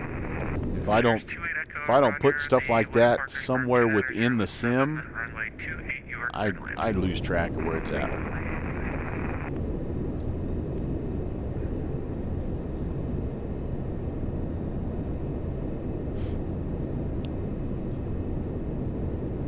Similar system to the 727. Yep. Has an inertial, has an INS and a Doppler. Okay, very nice, very nice. Looks fun. I'm gonna have to research it and see check out some YouTube videos and see what it looks like. Descend maintain 11,000 at Caleb and altimeter 3019 and Envoy 43. Well, got myself a little bit of Fresca right now. Trying to limit my caffeine today. I kind of overdid. Well, I didn't overdo the caffeine. I just had a Diet Dr. Pepper like way later than I normally do, and so like last night I was up way later than I should have been, working on some scenery and having fun. But I was feeling it this morning. I'm like, holy cow, I need my beauty rest. So I'm going Fresca, caffeine free, and then I just have a little bit of water. I like to drink my water out of my mug, though. I think it makes me look fancy. No tea. I might switch to tea a little bit later on, but again, I kind of have that same, you know, it's 4 o'clock in the afternoon my time. If I have caffeine too late, like, you know, 6 o'clock or later, I don't sleep very well. I don't sleep very well anyway, but that really hurts. So Bravo 7 sent you her file because the log said something was stopping it at the 11th file. Oh man. Okay. Well, she'll get you squared away. I saw that that Dakota Pilot was there too. He's another guy that's super knowledgeable about that stuff. I mean, way more knowledgeable than I am. So I'm happy to help you, but my limit is a lot sooner than those guys. So I'm glad you reached out to them, and I hope it works out for you, Kenny, because I'm looking forward to flying with you into a few of these bush trips, man. We've been working way too hard to keep them to ourselves.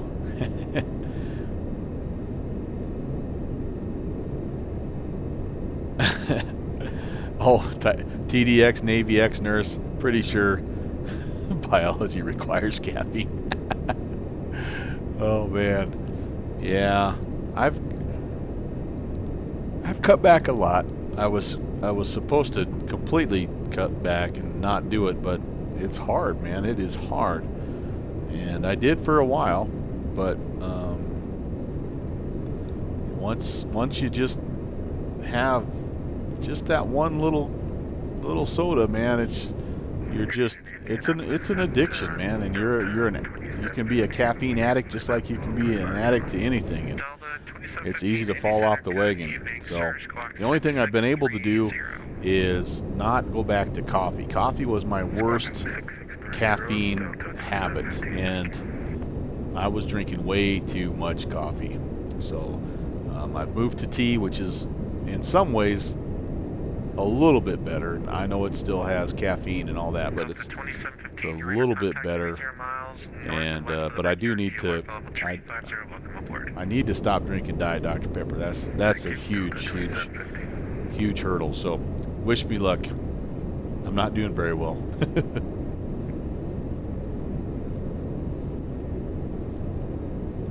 I haven't tried doing that LaCroix thing because everybody said, you know, if you want to stop drinking pop, start drinking LaCroix, and then pretty soon you won't have that soda addiction, and then it's easy to kind of back off and stop drinking LaCroix.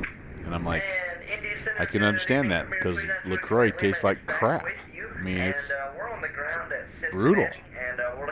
So anyway, that didn't work very well because I couldn't stand to drink LaCroix. I'm not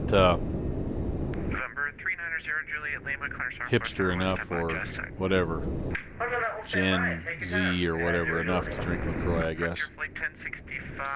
Okay, well, but I digress. So I'm gonna peek ahead here just a little bit.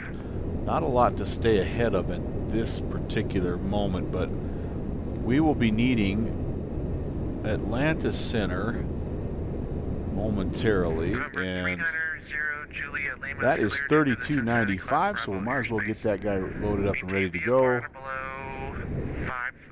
4,000 and squawk 5767. Again, we may be bumped back over to Unicom just for a little bit, just because our flight route takes us kind of through a little bit of a dead space there with Nashville, Premier 0 but Juliet that's Lima okay. 27 for departure. We'll figure it out. Ready to taxi the Cincinnati altimeter 3022. Virtual GA, were you back in that Pilatus again today? 22 for the altimeter, and can you repeat the runway, please, for 0 Virtual Juliet Lima? GA's got a PC-12, man, that he makes that thing sing. Runway 27 Flies that thing like a Stradivarius. Thank you so much. Al South, American 13. how are you doing, Mr. Al Dominguez? Good to hear from you, buddy. It's only 4 o'clock. Well, 5 o'clock your time, Al South, or is it 6 o'clock your time? What are you doing? Not working. You usually work until like 11, 12 o'clock your time. Oh crap! I just missed a radio call, didn't I? All right. At 1300 over to Memphis. Sorry for missing that call. No worries, we'll see you next time. Take care. 136 Golf. Stepped on him. So Memphis just popped in too. So that's okay. 3365. I'm just gonna change this guy. 3355. 3365. Sorry. I'm gonna have to stop chit-chatting and pay attention here. All right, 3365. Memphis Center, good evening. American 1300, flight level 350. American 1300, Memphis Center, good afternoon. Virtual GA working through the King Air. Do you have one, or did you just get one, Virtual GA? Because I've been looking at the Airfoil Labs 350i. Al South, I knew you would, buddy.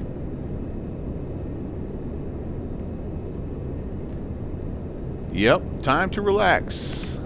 Every time I fly into Florida, I think about you, man. I try to do a little wing wave when I fly over top of your house. We won't be quite getting all the way down to Miami today, but unless we divert, that is our airfield that we're going to divert to. So maybe I'll extend my downwind a little bit and buzz your backyard. So how is Virtual GA? How is the King Air 350i? Because I literally have it. Southwest 48, 49, Memphis Center, just I literally have it in my shopping cart right now on the org store, ready to purchase, and I'm kind of like trying to not drink Diet Dr. Pepper. I'm staying strong, but I don't know how much longer I'm going to be able to stay strong.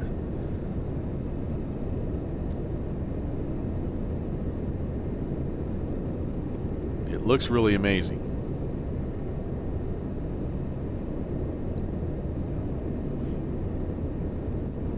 I looked at the leading edge sim Saab 340, which is another kind of in that class, you know, maybe a little bit bigger, but that also looked really awesome. But that's a bit of an older add-on, and I'm just kind of getting some vibe from people in the know that's in need of a few updates.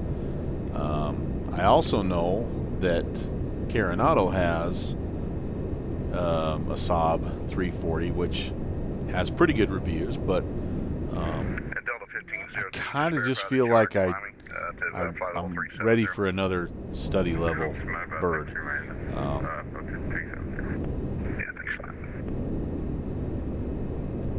You can't take off from Ryan Field, the plane just slides off the runway. I guess it depends on where you spawn. Or are you talking about like the runway is sloped from side to side too much? You should be able to. The 152 is on sale. I know I already own one. Is that the which one? Is it because I have the Carenado one right now. I have the Carenado with the NH Adrian mod, which I love. Oh, the Just Flight. Oh, I wish you hadn't told me that. TD. I've dodged that bullet for a while, and that's another one I almost had the other day. Oh, on you, Just Flight. What are you doing to me?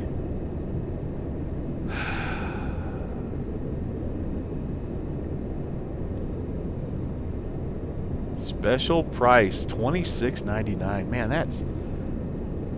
Oh, goodness. Now, you have that one, right? Titanium. This looks phenomenal.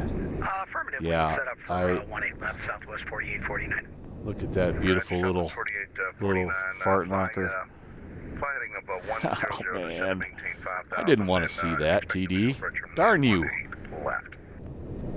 The biggest problem is I don't need any of them. Down to 5,000 for 18 left, Southwest 4849. I don't have the money for any of them, but you know, you hear that word sale, and then all of a sudden you are justifying it. This is lust. This is lust right here. This is what that is. I should be thankful for what I have, which I am. But that Just Flight, man, it's tempting, isn't it? Holy cow! And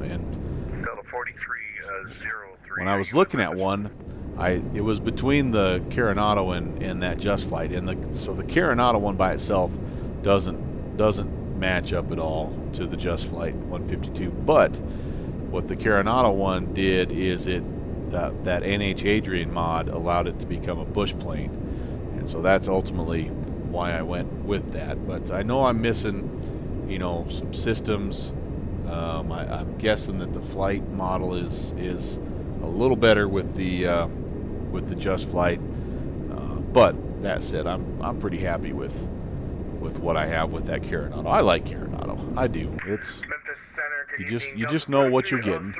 You're getting a fun aircraft that's going to be fairly easy to operate,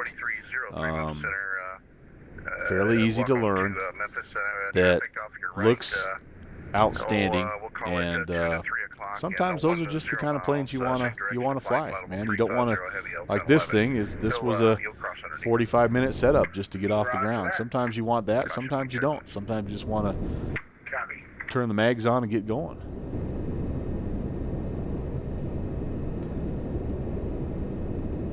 So, Kershaw, Titanium Druid. Southwest 4849, turn right heading 13. Alright, so we're closing in 40 miles to Nashville, and I think at this point, I think I should be able to, Continue down to 3,000 Southwest. I'm getting close enough, I should be able to engage the INS. Let's see what happens here. It's going to take over my heading mode. Why is it turning me to 2? That's just not right. 9 to 10 o'clock and 8 miles southbound, flight level 330, Boeing 737. Something screwy's going on with my INS here. It's really wanting to turn me hard to the wrong direction. So we're going to pass over Nashville, which is our third waypoint there. So,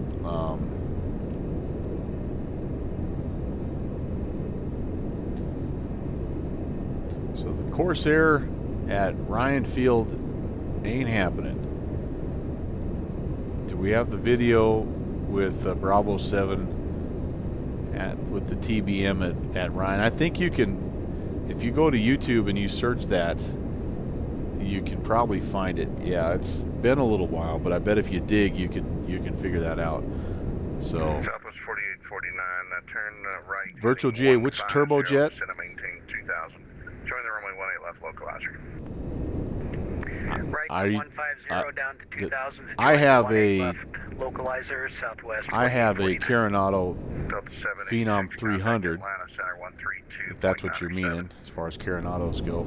Oh, and I also have I have a FlySimware Falcon 50 now, which is a hoot. Yeah, I'm gonna break that guy out here at some point too. I'm still messing around with it a little bit and getting it configured, but that's a lot of fun. That is a lot of fun. So Al South is saying that the Airfoil Lab 350 is one of his favorites. Oh, okay. Don, yeah. What do you think about the Turbolet? Oh, Turbolet. I have it, and I've flown it once, and for a freeware aircraft, it was wonderful. I loved it. It was a pain in the butt because everything is in flippin' Polish or whatever. I mean, it's you're trying to convert from kilometers per hour to knots, and it's just yeah. I would download that in a heartbeat, Don, and enjoy the heck out of that sucker. It is another one of those like hidden gem freeware products. I need to start making a list of freeware aircraft that I have that I love.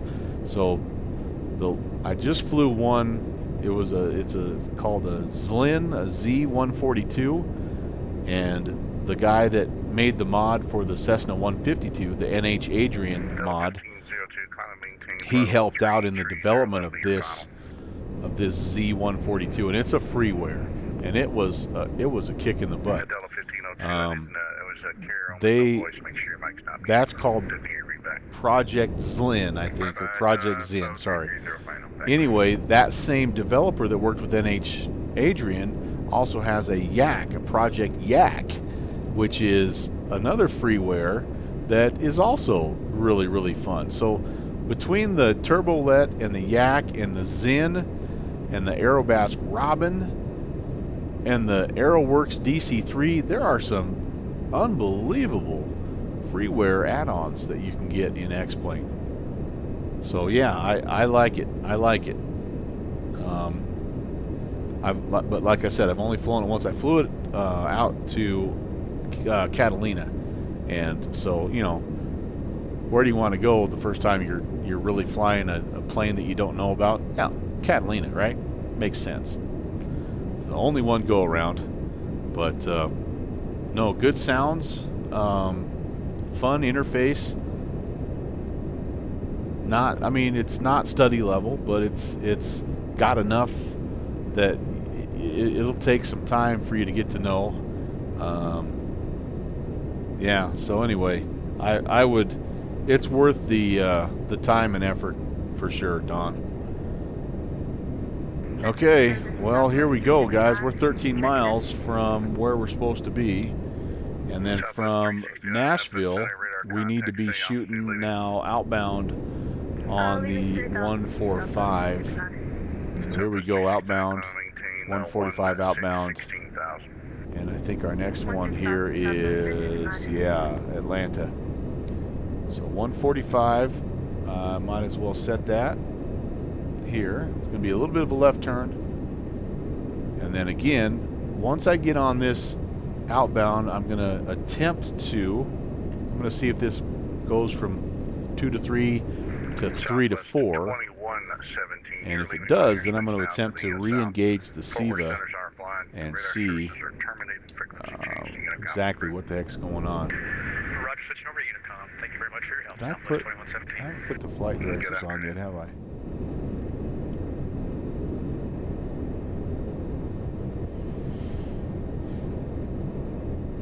Okay.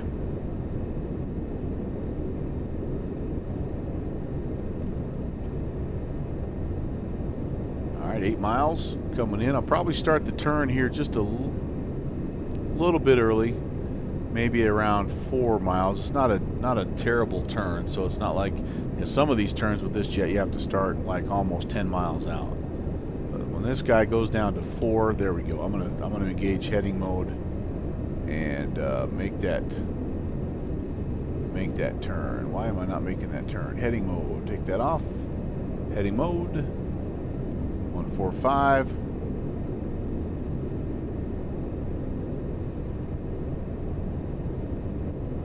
Keeping an eye right here on the INS to see if that cycles through. Yep, 3 to 4. Okay, well, let's get the course updated. Let's see how close we are to being on the outbound.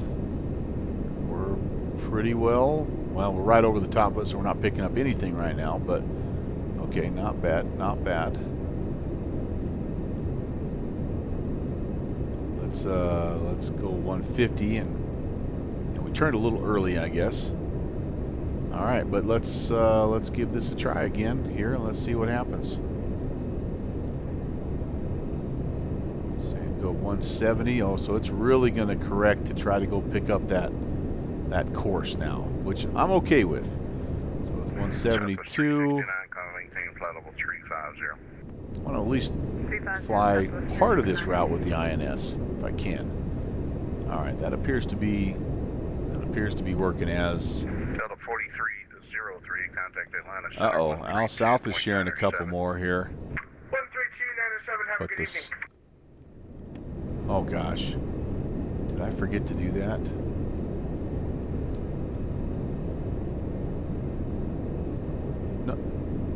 No, Don.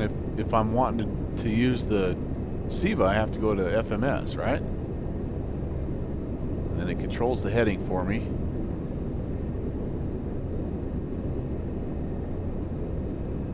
Yeah, I think we're okay. I'm jumping off of radio navigation and over to INS.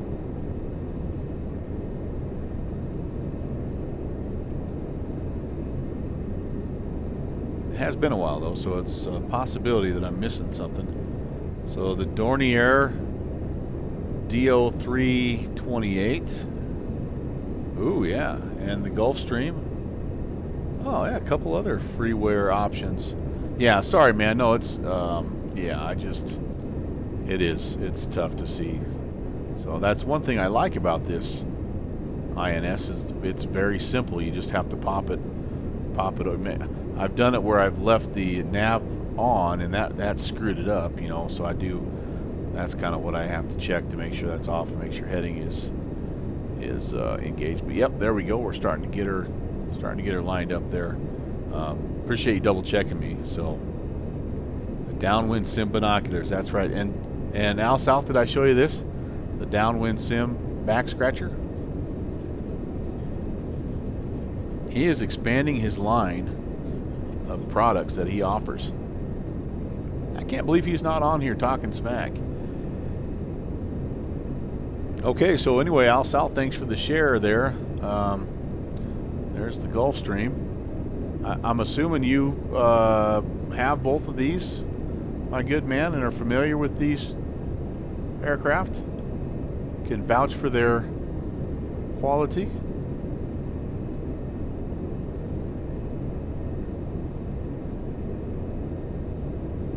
Looks like they got a lot going on, that's for sure. There's the Gulfstream. You just shared that, Al South, and it's free, so go get it, man. Right? That's the Gulfstream 4, the link you shared. And the Dornier, that's kind of a funky looking twin jet or twin aircraft. Yeah, that would be the place to fly it, right? Oh yeah, he loves them. Okay. Yeah, that's cool. That kind of looks like an ATR or something.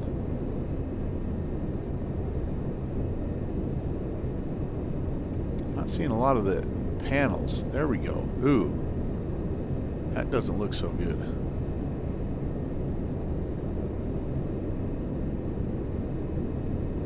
Yeah, that's a little bit of a concern when they don't show you the panels. That's a big deal to me. It's got to look. It's got the, you know, looks like the Avitab kind of integration there, which is cool, but like I said, I'd have to see what this looks like in real life. This looks pretty cartoonish right now, but anyway, good to check out. And again, you're not out anything. That's the beauty part. And Al South says that they're good. He loves them, and he's a guy you can definitely trust. He knows what he's talking about. Those were not the best placement or product shots, I should say, but yeah, I'm gonna have to go check those out afterwards. Al South, thank you, man. Appreciate it. If it's propeller driven, you know me, I'm drawn to it.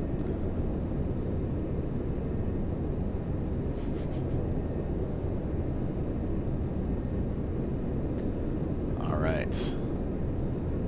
We are definitely on track now, so once we get past Atlanta, we're going to get handed off here pretty soon, aren't we?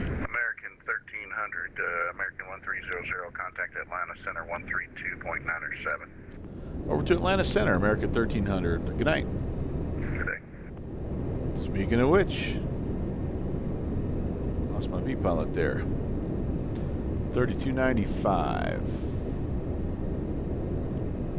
Okay, next up is going to be Jacksonville Center. Ooh, and there's two of them.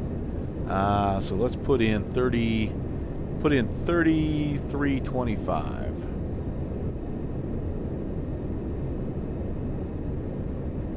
Just have it preloaded. Atlanta Center, good evening, American 1300, flight level 350.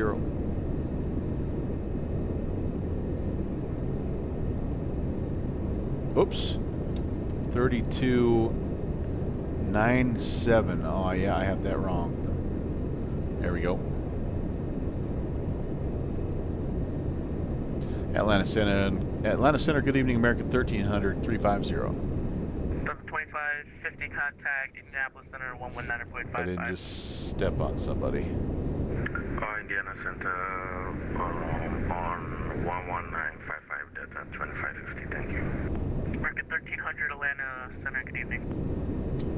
Virtual GA needs to get into the larger biz jets, the free Gulfstream. Yeah, that I agree, man. That I didn't know about that, and I don't think I have a biz jet yet for X-Plane. So, yeah, you and Al South get it figured out. I'll be ready for a tutorial here, you know, next month. I've got spring break coming up here in a month or so, and I feel like it's time to learn a new aircraft during spring break. Delta 4303.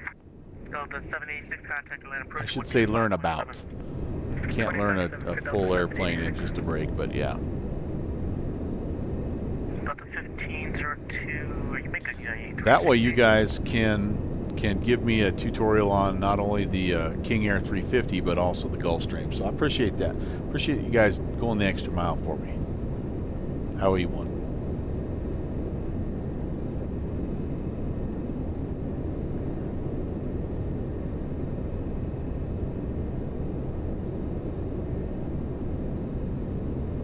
TD, what's 3297? What are you trying to, what did I miss?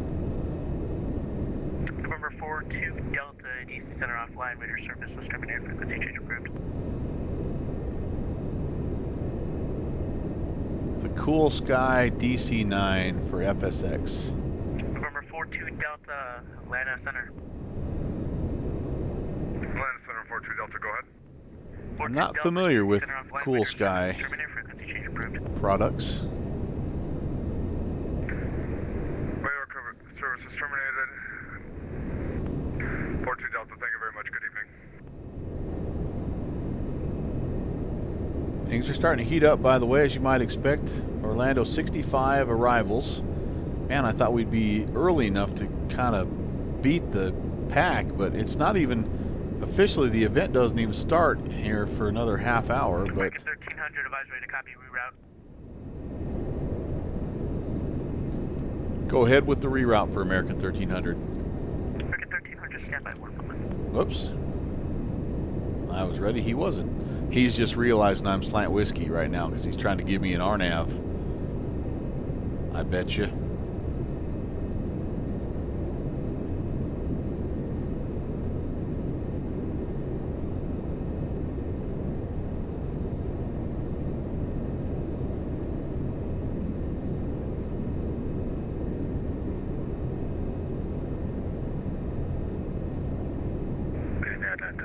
Delta 2750 with your flight level 350. Delta 2715, Atlanta Center, good evening.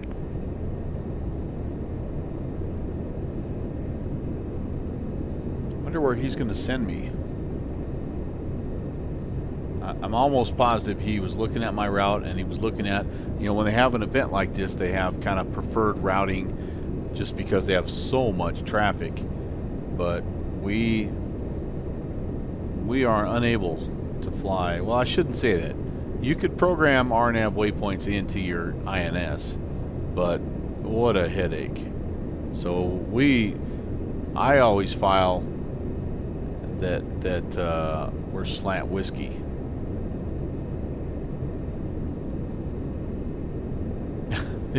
The only aviation's the only place you join the word slant in whiskey. Yeah, it is true. I don't think he's. 1300 Atlanta Center. Go ahead, 1300. American 1300, advise ready to copy, reroute. Ready to copy, American 1300.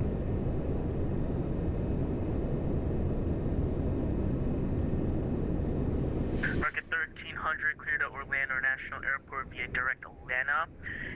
Use Valadosta VOR, Oscar Tango Kilo, Piglet 6 arrival. Alright, cleared direct Atlanta Juice, Oscar Tango Kilo, and the Piglet 6 arrival, American 1300. Just confirming that's all non-RNAV.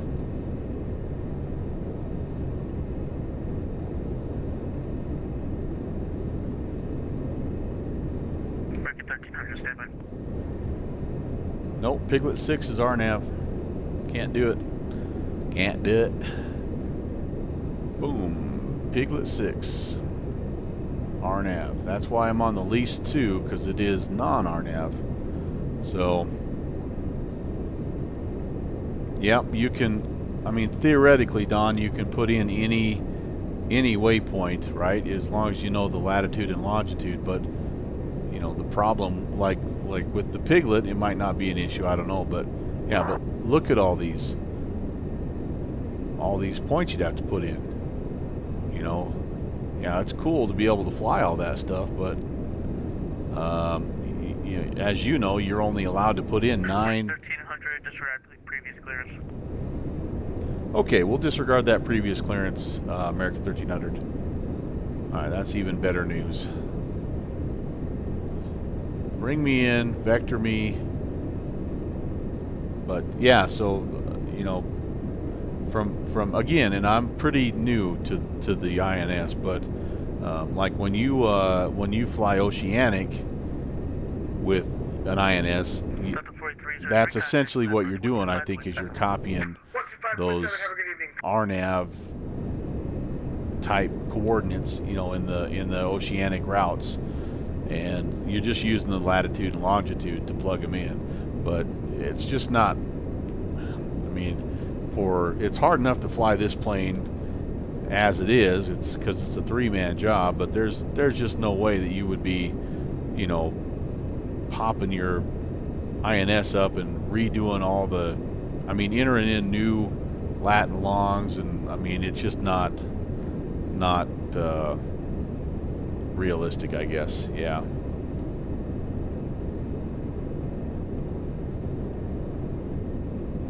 It does have its limits, and I know on the one hand, I used to feel a little bit guilty about flying, you know, something like this into an event, or like flying the DC-3, which is slant alpha basically.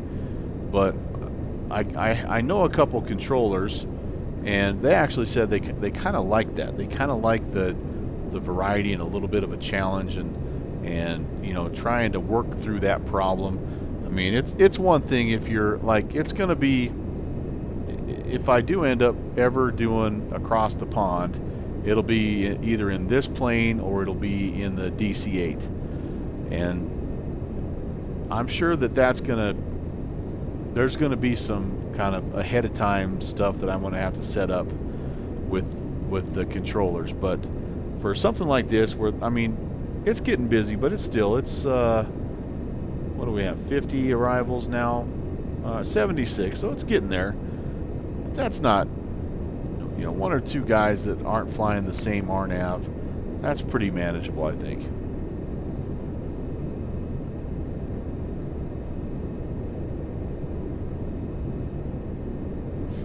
All right, well, before we get, we've got 90 miles to, 1300, actually. copy, reroute. Oh, okay, they're going to give me another one. Okay, American 1300, we're ready. American 1300, proceed direct to Valadosta, Oscar Tango Kilo to join the lease 2 arrival. right, direct Valdosta, and we'll join the lease 2 arrival, American 1300. Well, INS, it was fun while it lasted, but they want me to... Good evening, Air Canada 658 with you. 12. Alright, I gotta find this first. 4000. Okay, 658 Atlanta Center. So, available 270. let's just pull up the arrival. Lease 2, 270. Valdosta, okay, 14.8. So they're gonna bring me in here, and then I'm gonna be flying to Eugene and down, which is not... I was gonna hit the Alma, so it's not that huge of a change. So, but it's going to mean that essentially what I've plugged into the INS is pretty useless. But 14.8. Let's first of all see if we can pick that VOR up. We may need to request vectors. Center at 124775. Yep. So we're not picking that up. So in that case, I'm going to have to request vectors. Southwest 369er, checking in with Atlanta Center. Southwest 369 Atlanta Center. Good evening. I hear you. Welcome to Atlanta. Thank you. Atlanta Center, American 1300. American 1300 Atlanta Center. Yes, sir. Valdosta VOR is still just a little bit out of our range. Could we get some vectors to head in the right direction?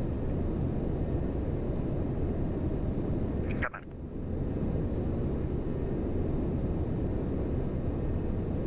American 1300, fly heading 340 direct Valdosta when able.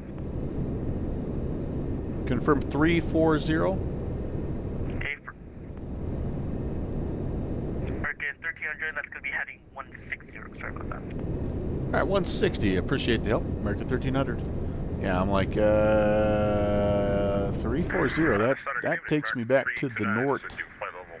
All right, turn that off. 160. American 329 Atlanta Okay. Center, good evening, climb maintain, We can do flight that. level 300. We can do that. Up to 300 American. Yes, this is not a follow the Magna Way plane.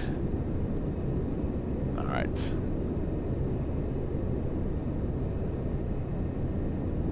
Now, I hate to be that guy, but I think I'm going to need to step away from the cockpit for just a second. Let me check in with a little private chat here. I'll just check in. Southwest 369 cross Berlin at 14,000 Atlanta, altimeter 3021. Berlin at 4,000, or 14,000. Southwest 369er. Southwest 735 contact. I always like to make that request via private message if I can, so it just, you can kind of get to it when he has a chance to. Do I have, or am I considering a PPL?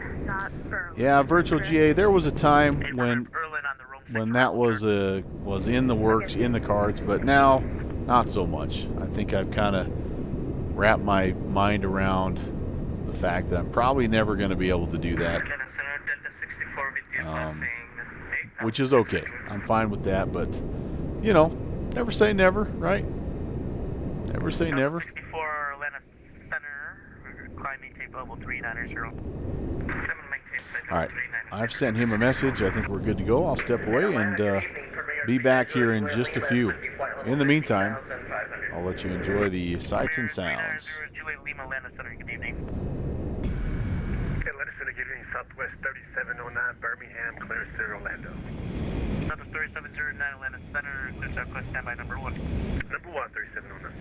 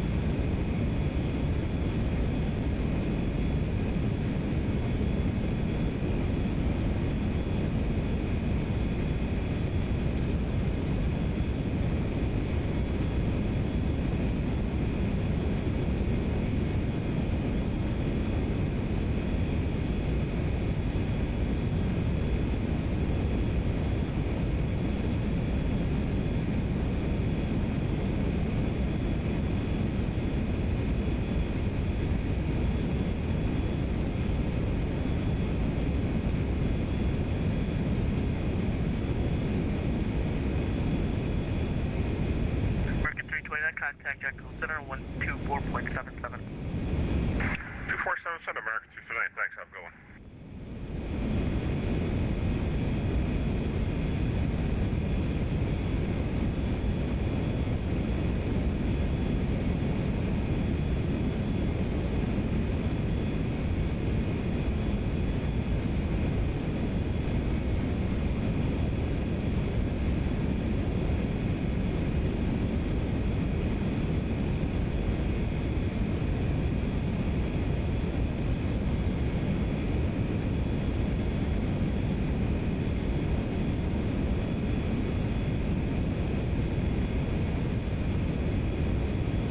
Delta 2715, advise ready to copy, reroute. I'm ready to copy, Delta 2715. Delta 2715, clear to Orlando International Airport via direct use. Valdosta, Oscar Tango Kilo, to join the Piglet 6 arrival. Alright, yeah, I figured that's what's going to happen because the real flight is actually going to Piglet 6. So I'm going to fly by the use to Valdosta VOR to Piglet 6 arrival, Delta 2715. Thank you so much. Delta 2715, way back correct.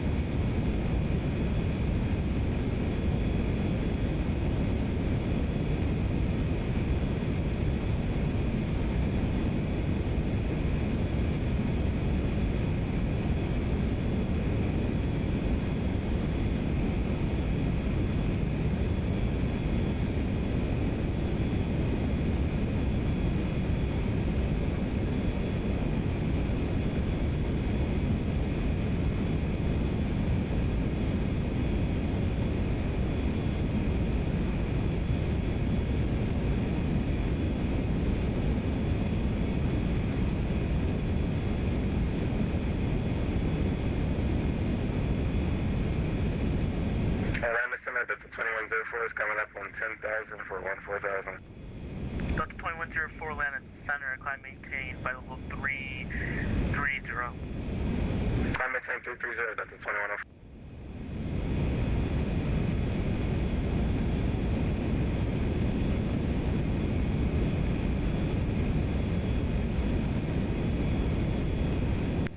Consider southwest, never mind. Roger. 3709, looking for clearance to Orlando, we're Birmingham. Delta 3709, sorry about that.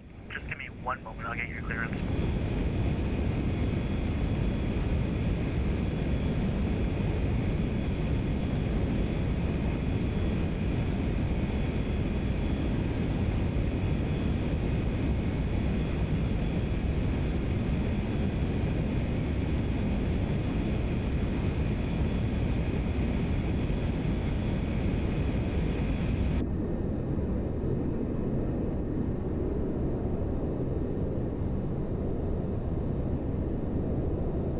Southwest 3709, advise ready to copy clearance.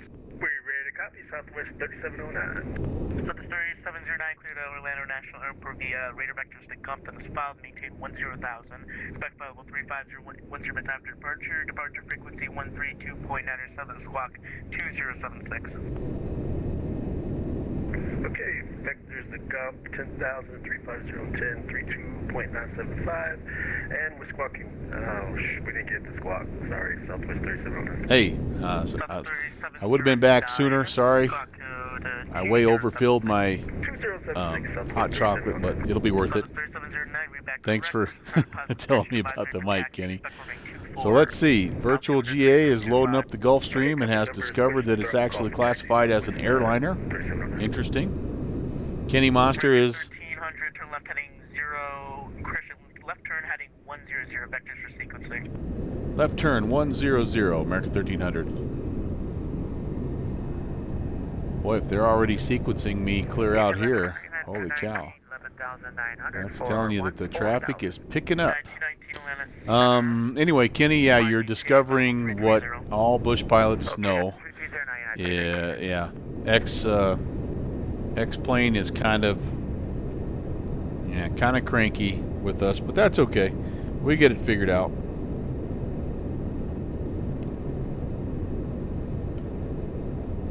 One 0 0. So kind of shooting us out to the east a little bit here, which is kind of back towards where we were coming from, honestly. But they did. I think they vectored us around Atlanta, which is kind of the main idea here. What are we doing speed-wise? About 0.77. So I mean, we're doing all right. I was wanting 0.78. That's pretty good. Ground handling is X-plane's weak spot. I would agree with that. I would agree with that. Yes, sir. Can we just make our cruise 330? You just have to make sure the stick is in your lap, man. That's the best advice I got. Is it doesn't help a lot, but it does help a little. And then yeah, you just gotta hold on for dear life, man. But, those ground spins, they get you. Ground loops. Atlanta Center, good evening. United 1881. You'll get it though. You'll get it, Kenny. United 1881 on Center, Roger. Atlanta Center, Delta 2104. Roger.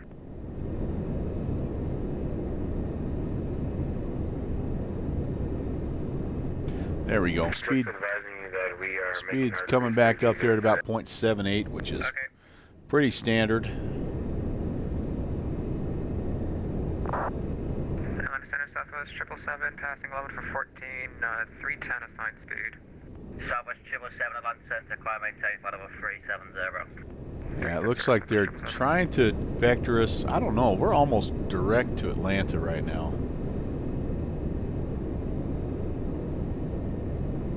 I don't know.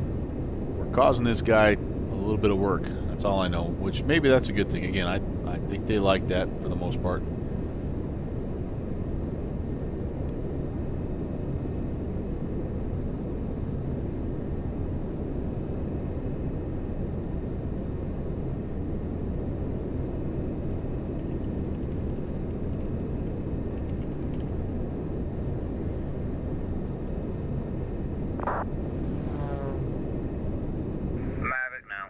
No, what's going on there, jet pilot?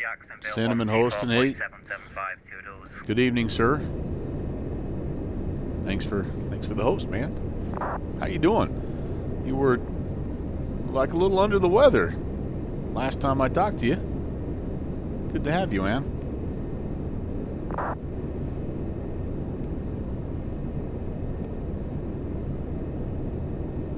We're in the... Oh yeah, good. JPC, we're in the Lockheed 3-engine tail dragger, heavy metal version. 0.75 for the cruise. We're getting ready to take this baby into Fish Lake. Frontier flight 1065, what's your plan Ooh, cruise number? almost a little bit of a nice sunset there. We're cruising at 0.78 for Frontier flight 1065. Roger, cheers. So are you an allergy guy, JPC? Because I am really looking forward to spring, except for that. I'm a seasonal allergy guy, and it gets after me. 2104, what will be your planned Mach number for your cruise? Boy, they're trying to get everybody sorted out right now. Clear up Atlanta ways. Yeah. I even did the old, I did the shots and stuff like that, you know, and they helped a little bit, but I had to stop doing them because I had my back surgery, and so then I just never got back into them. Alright, this guy's going to vector me clear out to the East Coast if we're not careful. There's some traffic. Toodles. That, I believe, is Delta 2715. He's going to just kind of cross right in front of us, and with any luck, maybe we can get right in behind him.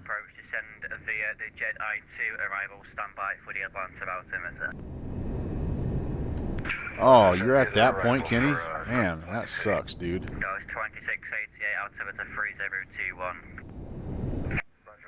I have not.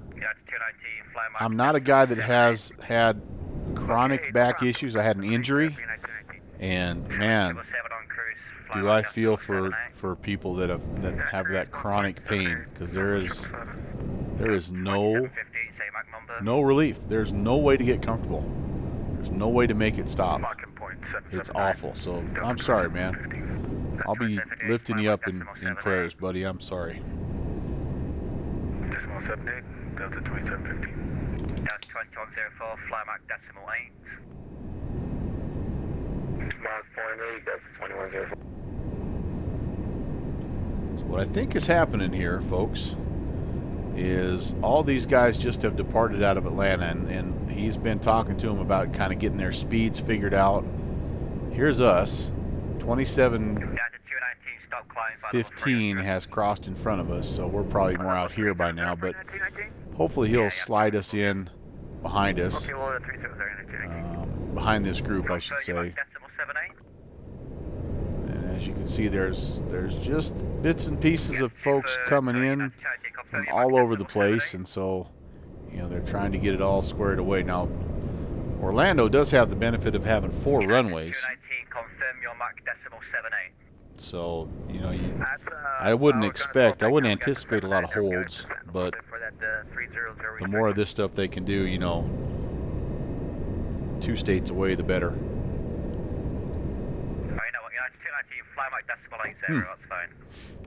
Okay, we'll keep it at Hot chocolate. Frontier flight 1065, fly Alright, I need to get some lights going on up here. Which one of these? No worries. It's not this guy, is it? Delta 2104, do you want us to be Mach 0.80 on the climb? Instrument standby lights. On the climb in Mach 0.80 or greater on your cruise as well, cheers. Now this loads up, or this lights up the pedestal. Atlanta Center, good evening, Delta 5547. Passing 13.3 for 14,000, speed 270. Where do we need to be? Those lights are on already.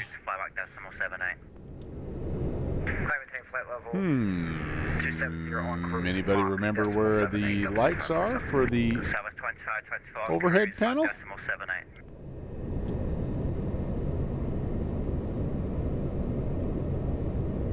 2524 on cruise, fly Mach decimal 78. Okay, we'll fly Mach decimal 78. That. South of 554. How's my, yeah, this looks good.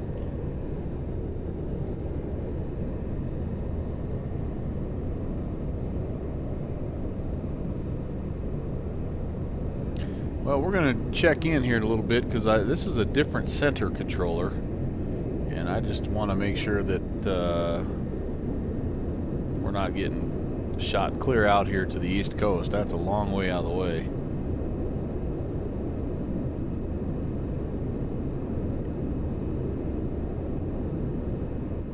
And Center American 1300. American 1300 Center, pass your message. Yes, sir. We've been vectored 100 for spacing. Was just going to check and see if you had a time for us to kind of get back on course. You've been vectored? Right turn direct Macon. Appreciate that, American 1300. Sorry, I wasn't the previous control and they were telling me. I do apologise for that. Yeah, no worries. That's why we checked in. We're heading to Macon right now. Cheers. Okay, right turn direct Macon. 2104. Where the heck is Macon? Okay, here's what we're going to do. We're going to start our turn back kind of 180. Evening, Atlanta Star Delta 38 Heavy with the And I'm going to try to find Macon.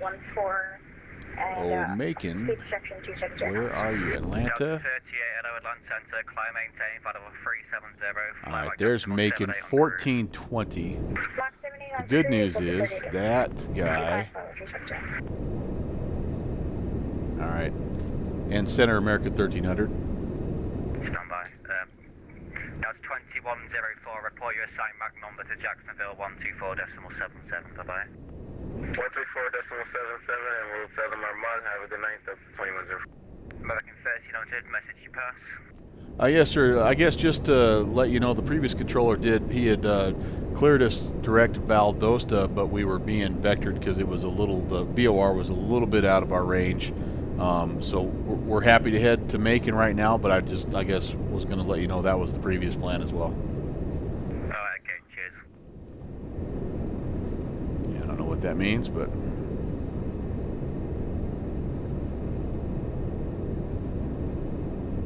Okay, course.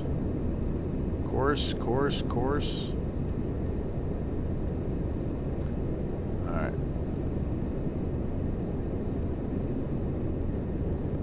We need to keep going clear around here, it looks like, to...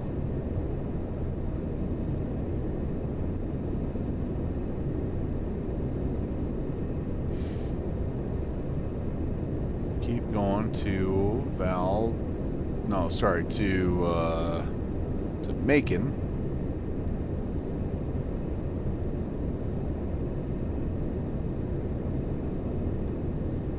And then I guess after Macon, we'll just, I mean, honestly, the nice thing about Macon is once we get there, we're kind of back on our original course. So, 1.77, Southwest 777. I'm not sure that this controller really knows exactly what he wants to do with us. So let's go to Macon. We've got 90 miles for him to kind of sort us out. He's got a bunch of other traffic to get sorted out. So we'll just head to Macon, and as we close in on Macon, if we don't have further instructions, I'm just going to resume our published route here, which would take us down to Alma, which is basically back to the arrival that we had. Geez, I could almost re-engage the INS, I bet. I don't know, JPC, what would you do in a situation like that? It was not really clear if you wanted me to just continue to Macon or to go ahead and continue to Valdosta. Do I just kind of let him process that a little bit and wait, or I guess please advise. 124.77, Southwest 712. All right, well, I'll give him a little bit of time. We've got, like I say, still 80 miles. Hey, Virtual GA is already up and running. Easy to hand fly. That's right. That's kind of what I like to do too, Virtual GA, is I just spawn somewhere and fly, 5 or 6 patterns and just kind of get a feel for the aircraft. I do enjoy that. That's one of my favorite things.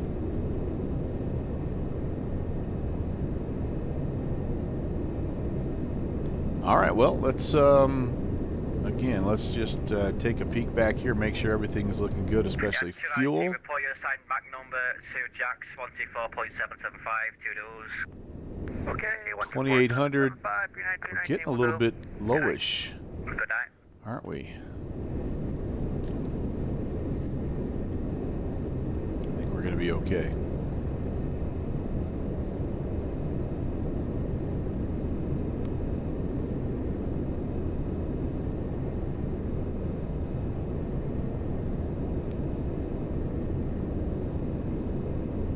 Delta 2715, turn Atlanta's probably waiting for me to get close to Delta 27. Jacksonville so he can just hand me off and let that guy figure me out.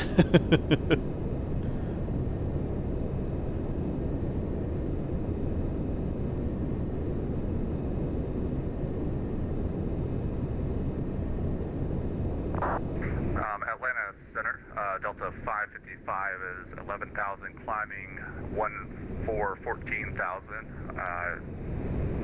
290 on the speed after 10. Boy, they have a lot of departures, 26 departures out of Atlanta right now. So that's kind of what he's dealing with right now, and a shift change it sounds like. And it sounds like the shift change wasn't exactly the smoothest in the world.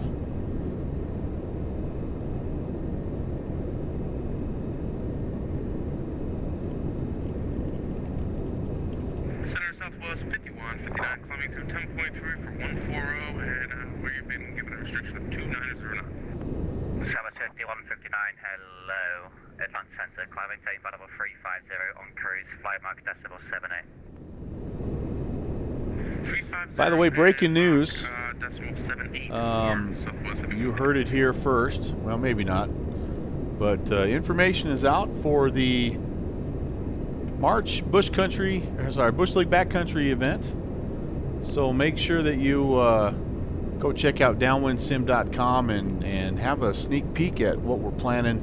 We're going to be out in the Virginia area, and should be what I'm predicting the most challenging airfields to find since we've begun the Bush League series. We had some tricky ones initially when we were flying in the mountains of Idaho. The very first one, we were flying up by Weatherby in Atlanta and South Fork Ranch. Those were tough because you had to pick the right valley, but these ones are going to be particularly tough because they're kind of located in populated areas, and so there's a lot of small towns, but there's also just a lot of like checkerboard fields and things like that. It's going to be really challenging to find some of these places, but that'll also be part of the fun. So anyway, downwindsim.com, Bush League Backcountry fly-in number 5 already. That's wild. That is wild. 290 speed. Spark 290 Kilo, hello, Atlanta Center, climb maintain, level 330. P3D, spec Yankee. That's 2175, are you with me?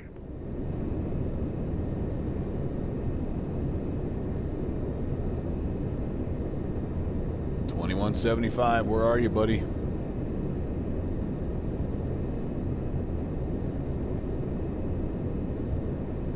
Atlanta Center is Delta 2715. I'm with you here at flight level 350. Yeah, I've been trying to call you for the past 10 minutes, so fly back decimal 80, please, route direct to use. Oh, I thought he said 2175. He's 2715, 2715. Atlanta Center, Delta 5030 with you. That's 5030, hello, Atlanta Center, roger. Okay. That's 2688, reject squawk 1025, 1025.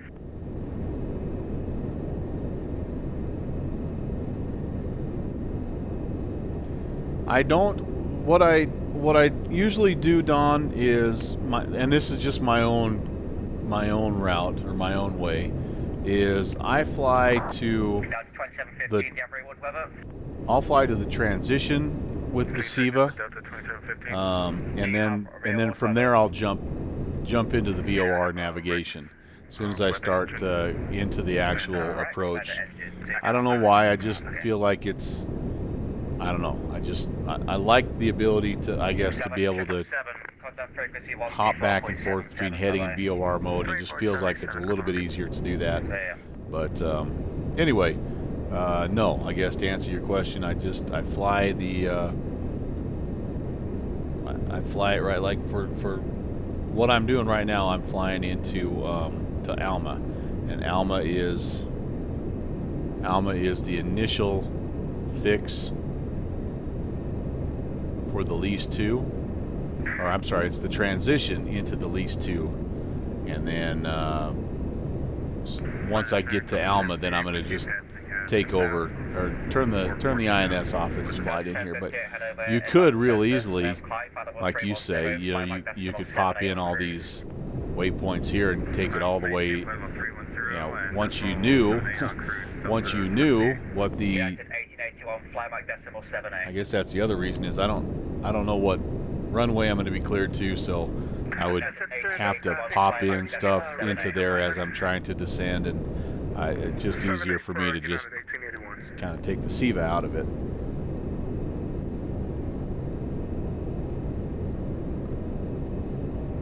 Delta 5030, descend pilot discussion, maintain 1313,000, Atlanta altimeter 3023.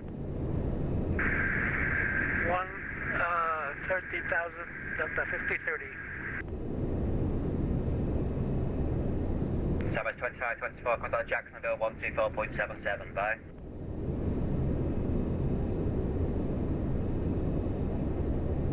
Now, that's 5547, fly back decimal 72. Mach decimal 7. 40 miles. 547. Macon. London Center Delta 900 heavy with you, flight level 390. And then we turn. 90 heavy, Atlanta Center, Roger. We need a. What do we need? 161 outbound. A pretty good turn here. Pretty good left-hand turn. That's how far he vectored me out of the way. 161. Yeah, that's fine, see ya. That's okay. So we'll turn this. We'll start this turn a bit early. We're 36 away. We'll probably start this turn a good 7-8 miles away, just to make sure we stay close to what we're doing. So we ended up like clear out here. Here's Atlanta, and we were vectored way out here. So we're coming back in like so. We're gonna have to take a little bit of a hard left-hand turn to get back in. But at 1, Delta 1166, climb flight level 350, on cruise, back decimal 78, please. What is for dinner, Kenny? Mach cruise decimal 78, Delta 1166. Yep, exactly, Don. Stand by, Delta 5547, increase your Mach now, decimal 78, thanks for your help.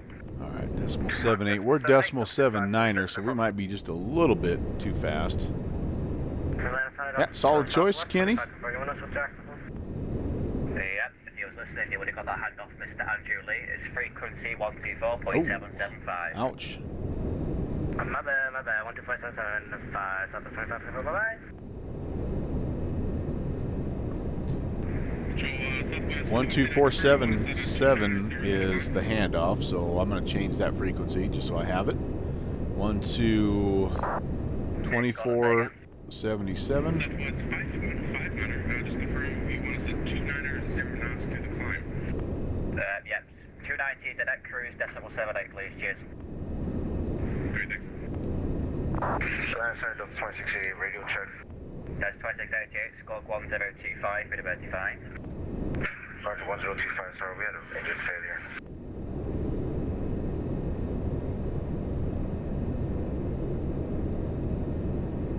And Center American 1300, just confirmed after Macon, would you like us to proceed Valdosta or on our originally filed flight plan?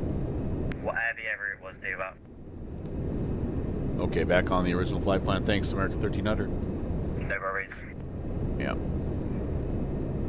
Alright, so that's what we have plugged in. We technically could go back on the INS for one more leg, but there's no point. I think Alma is, yeah, not far. What are we looking at here? 69 miles plus 90, so yeah, about 160 miles is all. Yeah, we'll just fly it. There's a little bit of a dog leg here, guys. So when we go, we'll hit Macon. We'll be out on 139. I need to change that. I have Yeah, I have 161. Why is that 161? Okay, 139 outbound. Let's make sure we're actually going the right direction here. Okay, and then Atlanta Center, hello, someone 32 Mike Charlie for level 340. that takes us to, okay, actually, yeah, we're good. 139 takes us direct to Alma. So that's not, yeah, that's the 90 miles is all I have. Okay. So 139 outbound and 320 inbound. 320 unusable. Okay, so we have to stay on the Macon 139 the entire way into Alma. So we're just going to have to use that. That's the first time I've ever seen that. That's kind of interesting. They must be having some trouble with that VOR. So we'll just have to use that outbound and the 90-mile DME. And then after that, we'll actually be on the approach. And with any luck, we'll start the descent here as well. And make it into Orlando.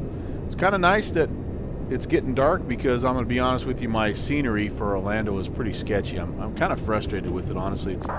It's an old taxi to gate FSX scenery that's been ported over to P3D. It was a dumb buy. I shouldn't have bought it, but it's really never worked 100% right, and I've done everything I could to reinstall and make sure that everything's in the right order, yada yada yada, and it just doesn't. You'll see when I get there that it flickers between the default and the payware airport, and it just looks really weird. So it may be the last time I fly into here in P3D. In fact, if it wasn't for the L-1011, I wouldn't have been flying into here in P3D. But I was hoping.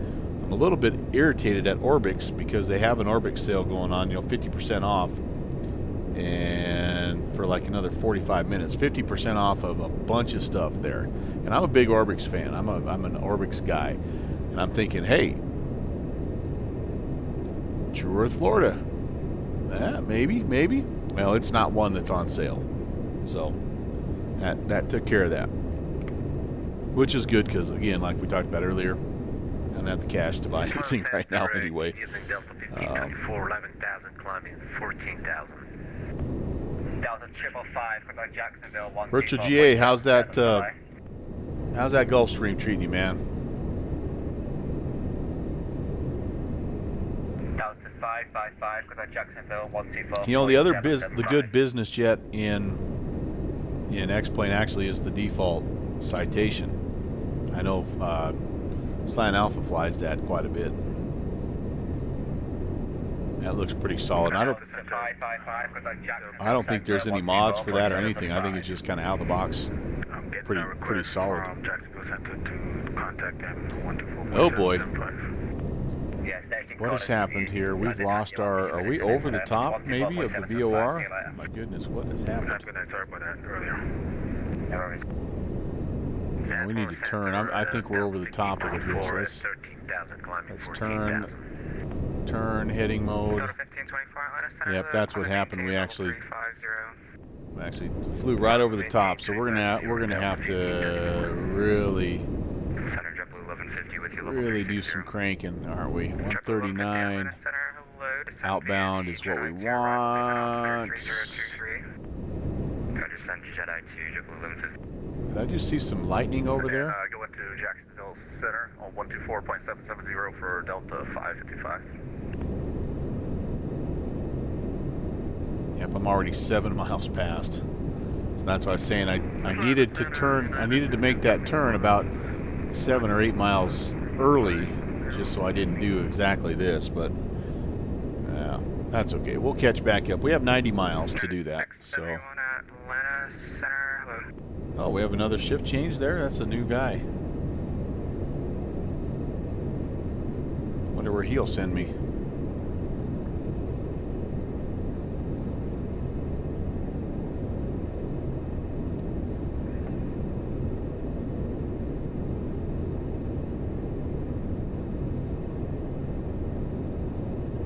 Got a 729, turn left heading 270, maintain flyable 200, vectors descent.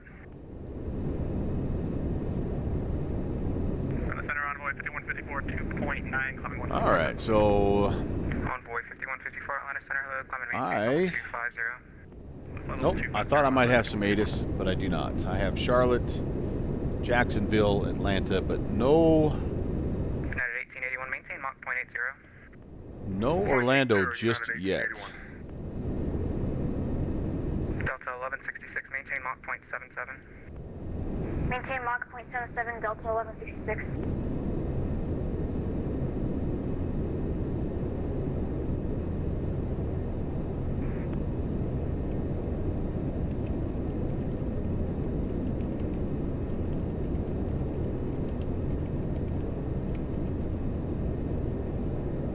Alright, there we go. That's being captured nicely. So let's pop the nav mode back in. We'll track that outbound.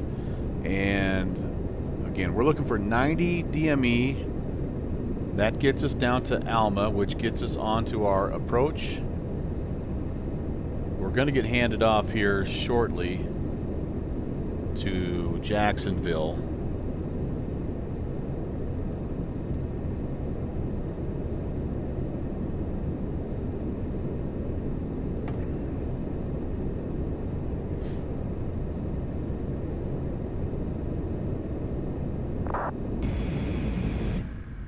Oops. I don't know what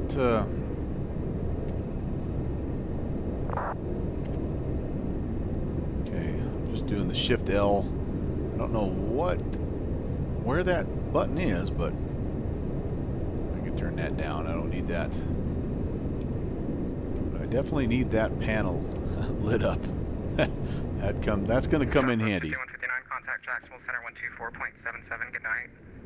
124.77, Southwest 5159. There we go. There's an Orlando ATIS. Information Alpha. Okay, let's make some notes here.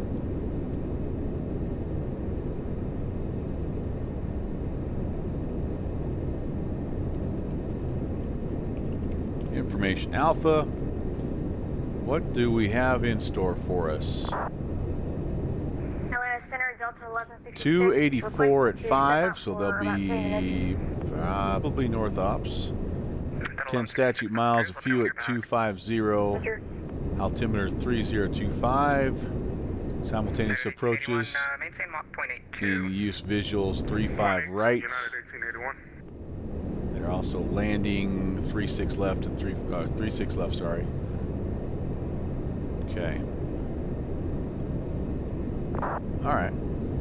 So we'll probably be given the visual, but if we do need an ILS, it would be, gosh dang it, people that still type their radio.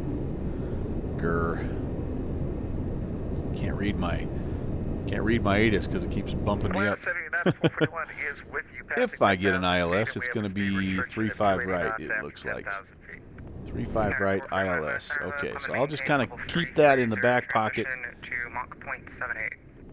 But main thing is information Alpha and ILS 35 right, perhaps. We need gate 58. We can actually go faster than 280 knots if you want to set a certain airspeed. Everybody wants to go fast. Maintain 290 and transition to Mach .78. 290 transition to 78, Envoy 5154. Let's see if I can figure out where gate 58 is.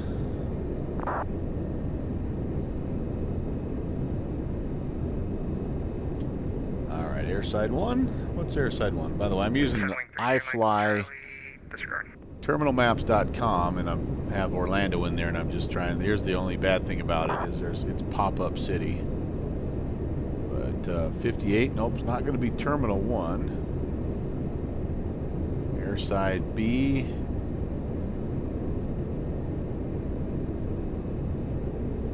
Nope, not airside B.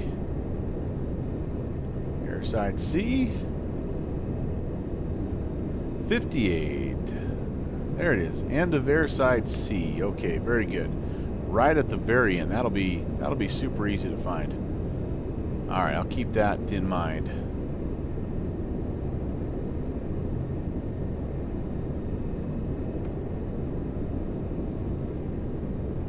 That's going to be down here, airside 3. So if we get ILS 36 right. That's actually going to be a very good. Oh, 35 right. Ew, that's a long way out. Holy cow. ILS 35 right. Really? That's what they're saying. Yep, 35 right. Atlanta Center, Delta 1166. Visual approaches are also in use. Well, geez Louise, if I'm out here going like over both bridges probably, holy cow, that's a long way to go. Or maybe back along here. That'll be a heck of a taxi to Airside 3. Yeah, maybe I can request one of the 3.6s just to help out. We'll see what they say.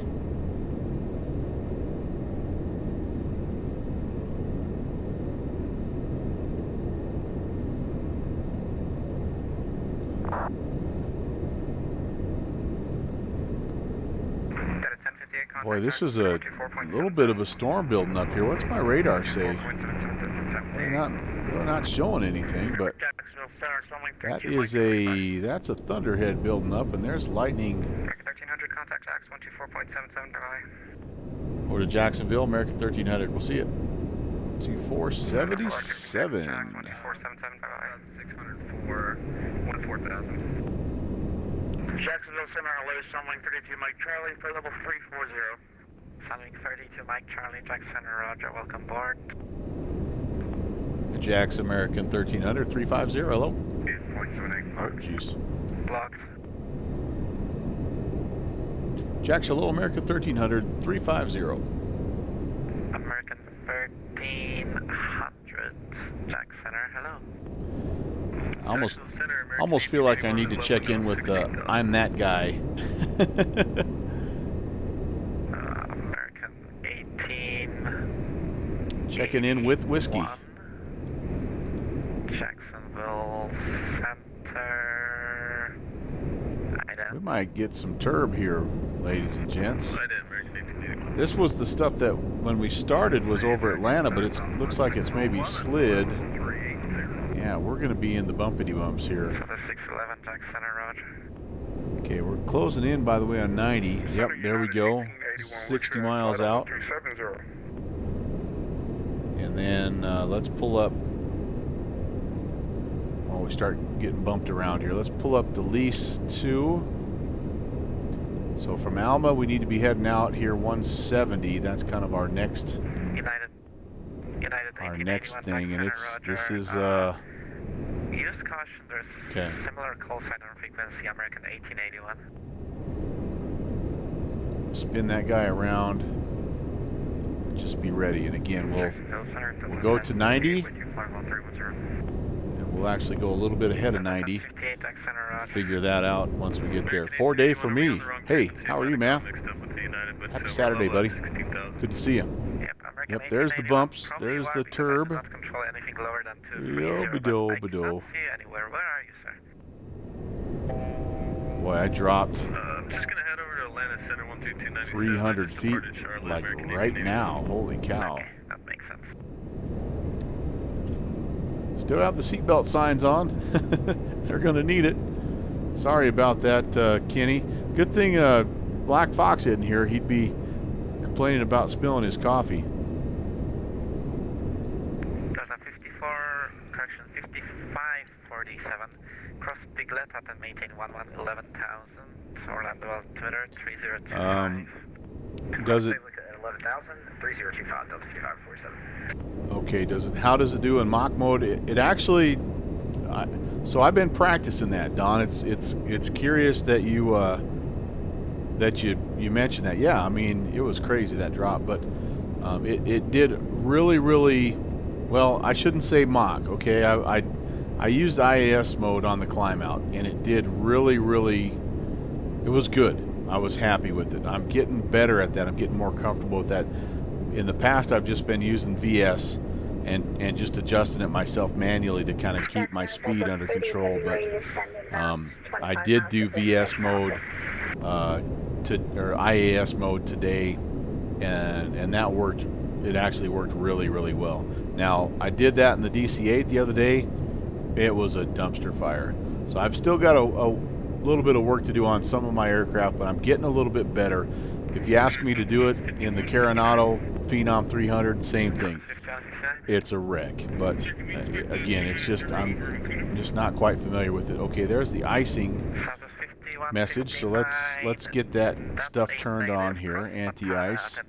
So auto for the wing and engine anti-ice. We'll just turn those all on. Again, this stuff is all on. We could turn the only thing you turn on and off, I guess, is the fog fan, but everything else is all automatically on. Delta 5547 traffic 3 o'clock 4 miles, a company Airbus All right. A21 descending profile. So we're back. Same direction. Yeah, my vertical speed meter was going wacko there for a minute, Don. That was it was a right proper.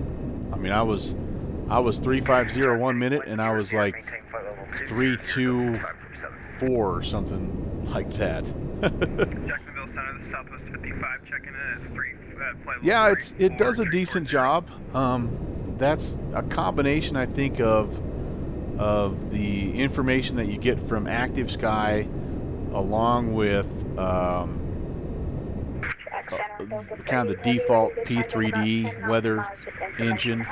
But I also have one thing I did buy that I was very happy about is I bought the ENV DIR suite. So it has the ENV text and the ENV shade, and the text kind of takes care of the cloud, things that happen in the sky, and the shade is kind of like the ground, and you can see like the fog and haze. So highly recommend that add-on if you're a P3D person. I think it works similar to like Active Sky Cloud Art or the Rex effects, but I've been really happy with what that gives me, and it was cheaper than both of those. That's kind of why I went with it, but it's been a good buy. I wish there was something like that for X-Plane. I think X Enviro, or there's a couple of them like that do that, but I just haven't messed around with them enough yet to know. A hot chocolate to you, TD.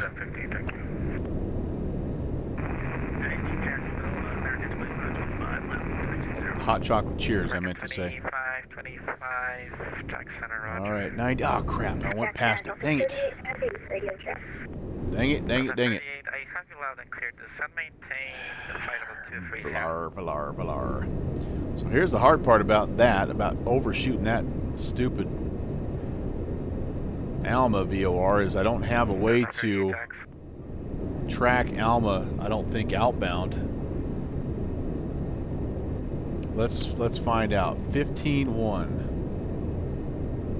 Let's say a little short VOR prayer. Ooh, we do have it. Okay. Sweetness.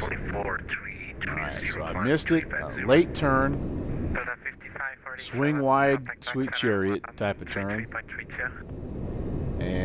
I'm going to have to just keep the turn coming around here to like 180 to pick it up. You can see down there I'm left, of course, so that was a screw up on my part. Delta 1524, 320, climbing 350.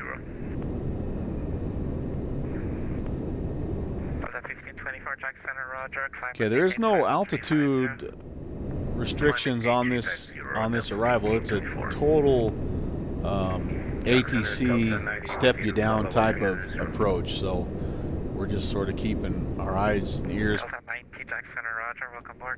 open, and hopefully we'll start to have that here in just a little bit. 1881, level at 16,000. We'll take 340 since you've been here for about 5 minutes. I'm going to keep the turn going to 190 and see if we can get on that real fast. Again, this is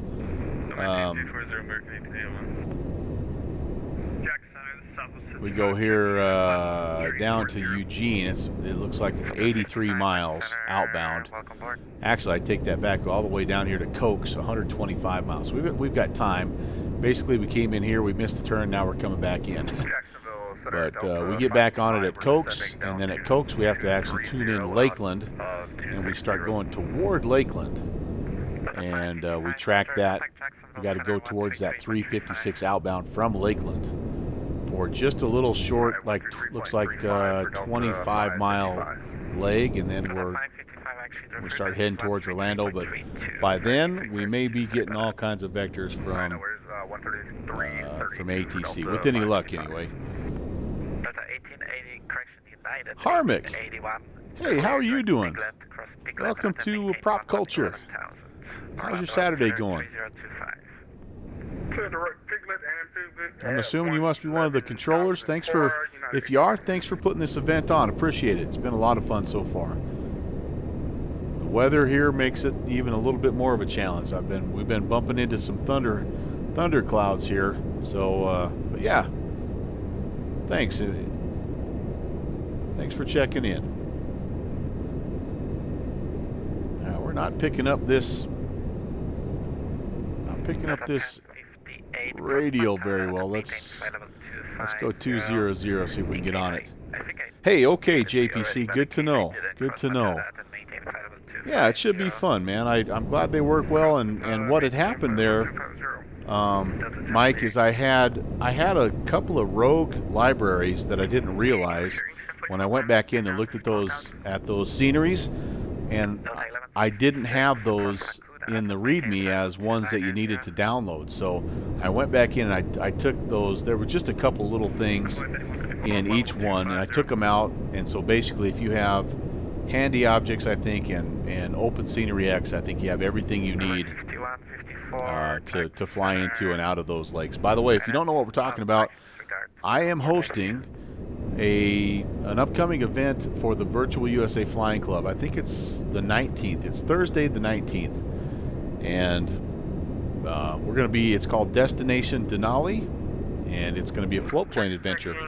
So the guy that you're seeing me talk to, Jet Pilot Cinnamon, he is the man for Virtual USA Flying Club. Connect with him. He'll show you a link to get connected with that club on Discord, and then you can get all the information on not only that event, but we have one coming up also on the 6th, which should be really, really fun. So that's a fantastic, if you're a GA guy and you enjoy that type of aviating, then the Virtual USA Flying Club is definitely a club to check out. So there's the link. Go check it out. And yeah, it's been a lot of fun getting involved and being a part of that with those guys there. They do a nice job there. Delta 1166, Jack Center, roger. Cross I want to say that's inching back in. Not very quickly though.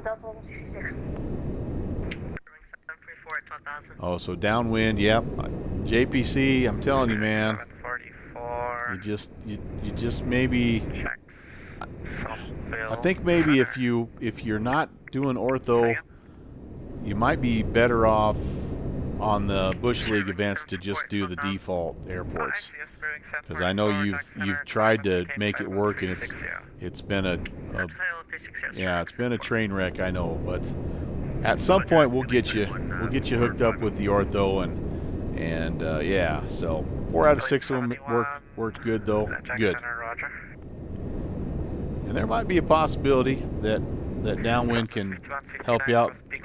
Just out of curiosity, was one of them Sky Bryce?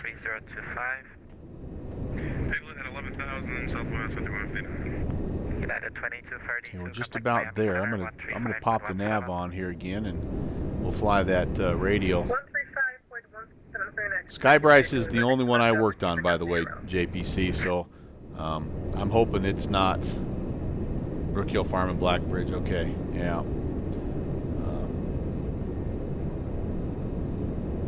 Sky Bryce will probably have its own range of issues just because it's the one that I worked on. But that's okay. We'll figure it out. It's not wanting to pick up that VOR just yet. We must still be a little ways off.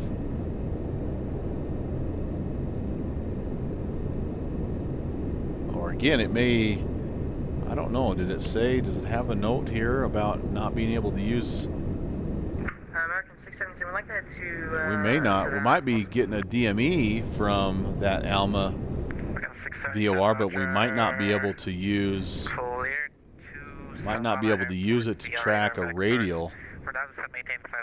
Does that happen? JPC, does that happen? Clear Savannah, live sectors and then. I mean, I know that VORs can they can have their issues.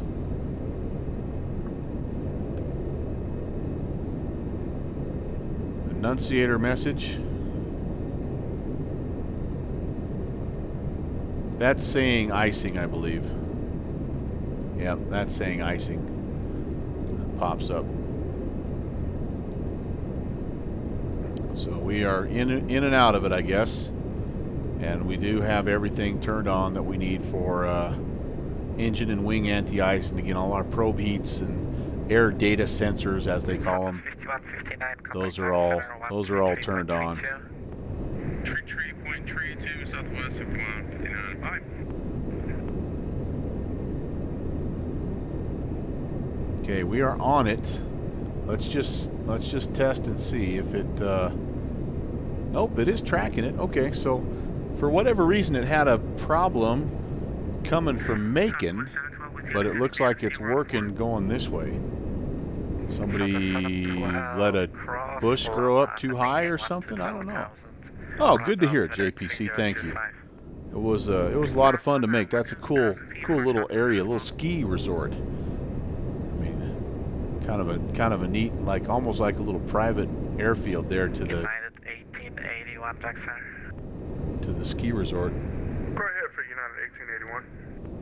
United 1881, I still see you at flight level 370, just making sure you're going to cross Biglet at 1000.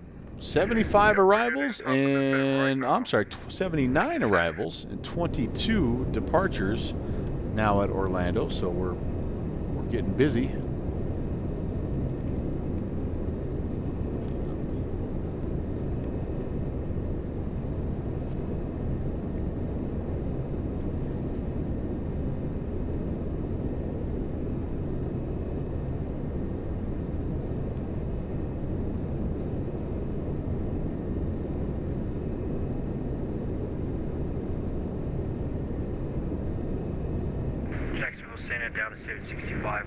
I think even though that icing message is off right now, I think I'm going to leave things on because it's pretty clear that I'm going to be descending through some clouds. Jack Center, United 441, climbing through flight level 310 for flight level 330. We've got a speed request to keep it up to Mach 0.80.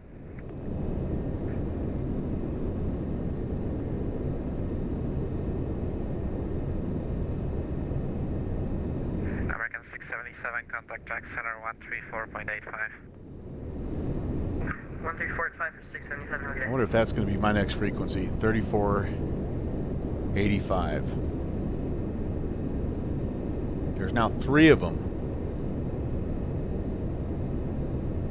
Nope, I think that's heading up the coast here. Maintain Mach 0.78. Somewhere in here, somewhere in this madness, is our friend 757 Spy, Dave Cochran. He's United 441. Where is he at? Copy, maintain 270 knots or less. Yeah, so he is. United 1881, maintain. Where is he? Centered up. Oh, there he is, right there. And he's just a little behind us, actually. So we're right there. He's right there. So 757 Spy is a friend of the channel. Hey, how are you doing, dear? Delta 889, Jack Center, roger. Jack Center, United 441, checking in with you. Heading on up to flight level 330 with the speed up to Mach 0.80. At 441, Jack Center, roger. Maintain Mach 0.80. We'll keep it wound up to Mach 0.80, United 441. Jacksonville Center, good evening. United 837, 108 miles south of Pensacola, VOR, flight level 370. United 837, Jack Center, squawk 1047. Squawk 1047 for United 837. Delta 1058, cross Biglet, Papa maintain 11,000 to Orlando. Alright, hopefully they weren't trying to contact me there. I'm trying to coordinate some dinner with Mrs. First Officer. Delta 1524, cross Montana. Did you hear anybody calling for American 1300? Yeah, the beach shirt guy, Don. You're right. He's a good dude. Delta 1166, cross Piglet, at and maintain 11,000, Orlando altimeter. That guy's right in front of me, so I should be getting a descent here next. Piglet at 11,000, Orlando altimeter 3025, Delta 1166. And Jacksonville Center, Sunwing 32, Mike Charlie. Sunwing 32, Mike Charlie. Yeah, we'll be stepping away for about 5 minutes, if that's okay. Sunwing 32, Mike Charlie, sure, advisement back. Okay, thank you. Sunwing 32, Mike Charlie. Delta 768, contact Atlanta Center, 132.907, yeah. 3297, talk to you later. United 837, radar contact position as reported, flight level 370, welcome aboard. United 837, thank you.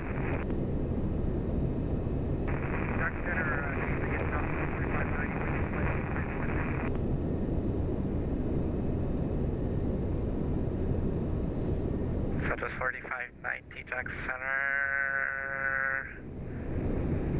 Hello.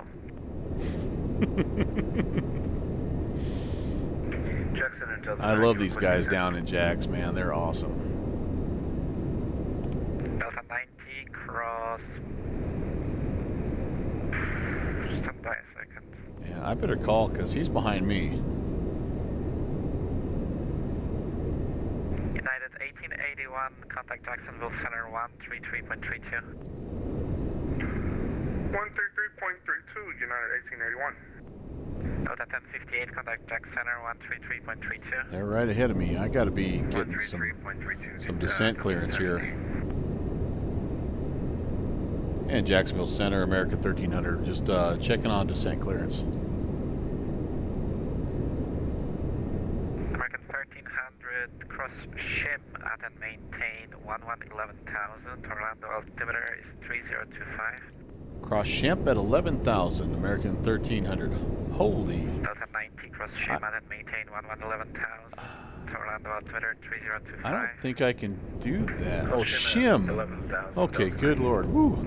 I thought, okay, I'll tell you why I just had a mini heart attack there. 133.32, Delta 1166, good night. I turned my Google Voice or whatever assistant on. Okay, so arm that, and let's start our descent. Super 625, Jack Center, squawk. I'm going to go ahead and be fairly aggressive here. Okay, so here's why I had the mini heart attack. I thought he said cross Shemp at 11,000. We currently are kind of like down here, so at 350. But what he said was cross Shim, which is down here. That's a little more doable. A little more doable. Whew. Okay, keep me on my toes, Jack Center, you rapscallion. Okay, let's check descent checklist. So our arrival, we have kind of briefed it, but we are currently outbound on the Alma VOR. We're going to get to Cokes. We're going to tune in Lakeland. We're going to go direct Lakeland for 26 miles. When we get to 26 DME, we're going to tune in, actually I think we'll tune in Orlando at that point, make our left turn, and we need to be at Shim. We need to be 11,000 at Shim. And at that point, we're going to hopefully get a clearance to runway 36 left or right, because it's the right side of the airport for us. Okay, arrival briefing complete.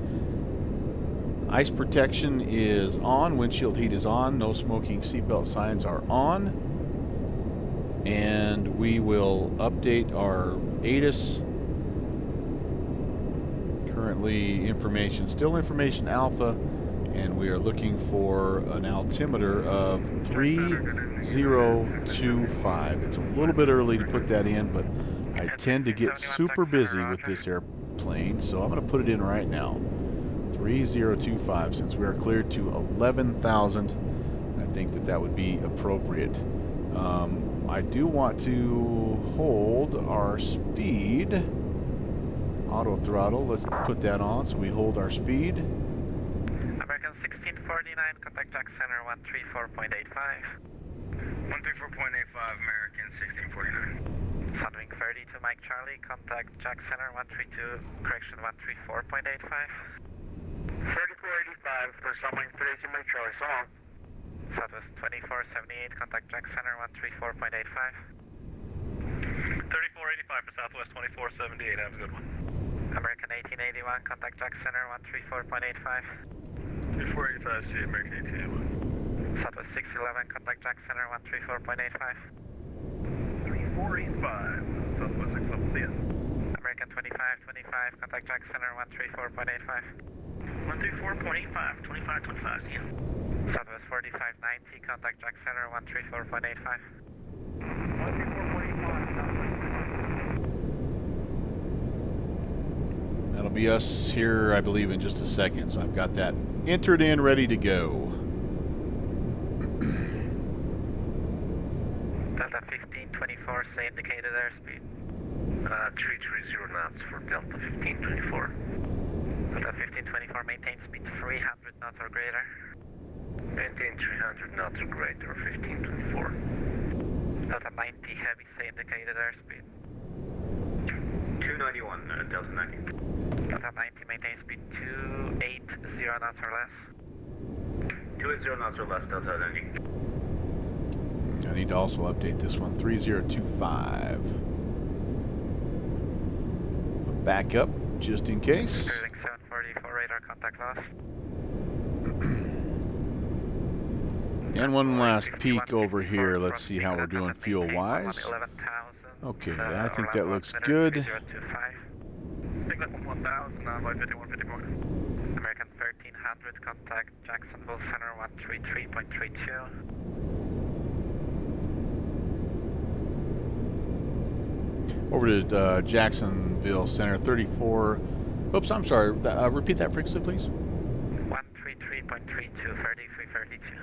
3332, American 1300. Delta 1524, contact Jack Center 133.32. It was different than I was expecting. It threw me for a loop there. Delta 90 heavy, 3332. 133.32. Must be he's 133.32, Delta 98. planning on getting us to a different spot. Alright, where's my clicker? Frequency select. Oops. 134.05 Delta 166, good night. Jackson Center, Delta 1524 is 200, descending 11,000 on the P6 arrival. Southwest 3542, climb and maintain flight level 320. Flight level 320 for Southwest 3542. Delta 1524, Jacksonville Center, the aligner altimeter is 3025, and what's your airspeed currently? It's 330 knots for Delta 1524. You said 320? 330. Oh gosh. Okay, Delta 1524, reduce speed to 300 and turn 15 degrees to your right. 300 and 15 degrees to the right, Delta 1524. American 1300, are you here?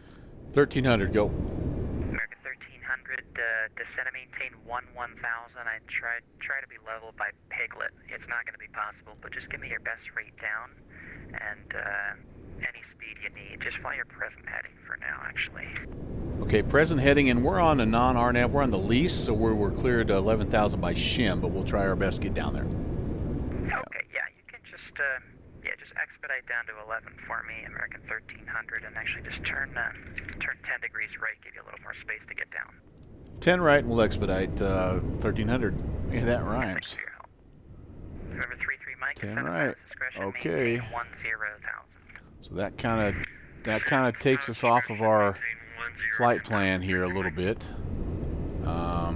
Jackson Delta 90 with you. And actually, we can slow all the way down here. 280 knots. 250. We won't go any slower than that. But that'll help the descent a little bit here. Jacksonville Center, good evening. Maintain At this point in time, we would have been flipping over to the Ocala VOR. And tell you what, maintain 300 knots on the nose for now, please.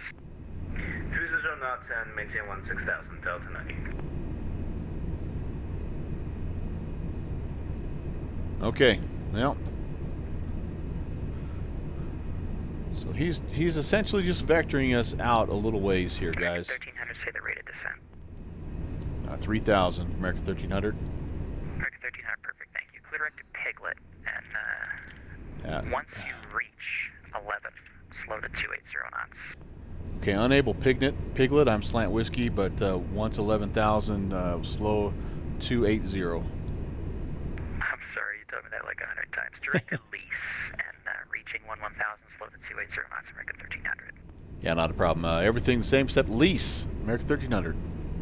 There you go, thanks. So down to 11, American 672. direct lease. Alright, so we've got to Jacksonville Center United, work this out a little bit here. There's lease, so I need to tune in Ocala after all. Maintain 3,000. 13.7. American 677. Unit 1852, Jacksonville Center, hello, climb and maintain for level 230. Level 230, United 1852. And then we're going to spin this guy around. Come on, get out of the way. Spin this guy around to try to go direct. That's not, that can't be right. 149. Jax, Delta 90. Delta 90, slow to 280 knots, and turn 15 degrees to the right. Okay. 15 degrees to the right and slow to 280 knots, Delta 90. What about Elite 7-1, are you here? 30 descending at 11,000 at Piglet. Convoy 5154, Jacksonville Center, roger. Fly heading 220, spacing to Orlando, maintain 11,000. 220, Envoy 5154. Delta 1524, clear at Piglet.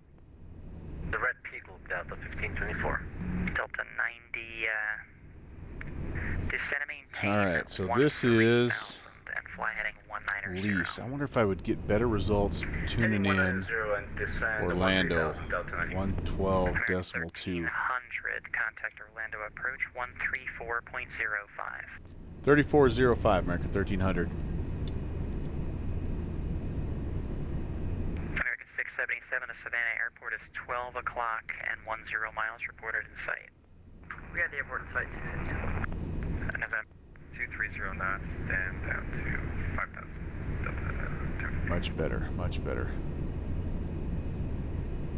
Orlando approach. Hello, American 1300 descending through 12,000 on the lease 2 with Alpha. American 1300, Orlando approach, roger, vectors visual, runway 36 left. Visual 36 left, American 1300. Yes, that's what we want. Not at 1881. Okay, contact 280 is what they 133.5. said they would like us at 11,000 feet. So we are there. Lease is, oh by the way, 30 miles. So we actually made it with 5 miles to spare, boys and girls. Yep, 5 miles to spare. Whew. Delta 1166, reduce speed to 210. Okay, now I'm getting an engine vibration warning. That is usually what happens when I'm over stressing, like my N3s are going crazy right now.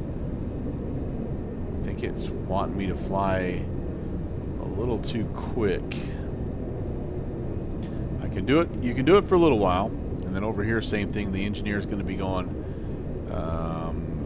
Let's see. Well, none of these look that bad, honestly. Yeah, those vibrations aren't too bad. That's only 90. Alright, so visual 36. 5,000, Delta 1166. Delta 1058, contact Orlando approach 123.85. Visual 36 left. 123.85, Delta 1058. Now I'm going to go ahead and grab that chart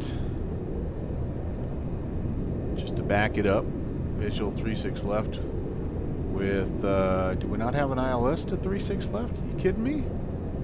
We do not. RNAV, VOR. How about that? 36, who knew? No ILS to 36 left. Okay, never mind. I was going to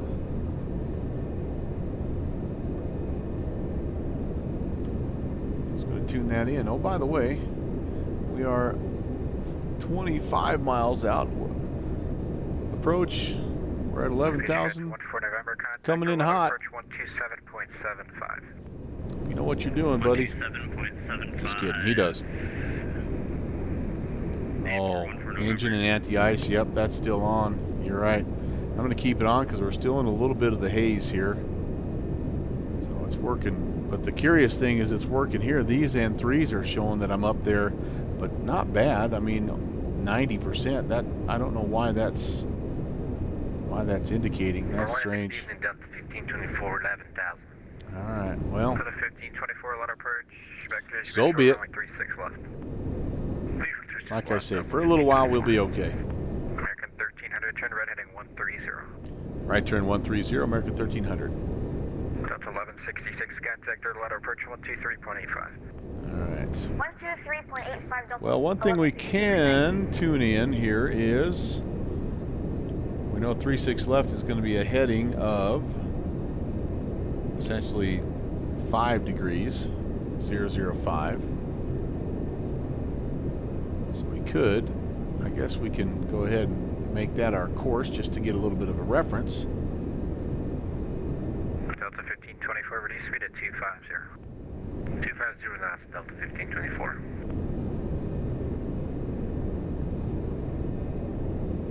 Delta 1300, descend and maintain 9,000. 9,000 with that for American 1300? American 1300, affirmative, descend and maintain 9,000 and maintain 250 knots. 9,250, American 1300. All right, 9,000. I'll slow down first, so make my engine happy. And 9,000. Okay, VS mode. And I think again 2,000 is maybe a little too much for this descent, so let's see if we can get it down here on about a 1,600 foot per minute. Still getting that shake. I wonder what's going on. That is wild. That is wild. What is going on? What is going on?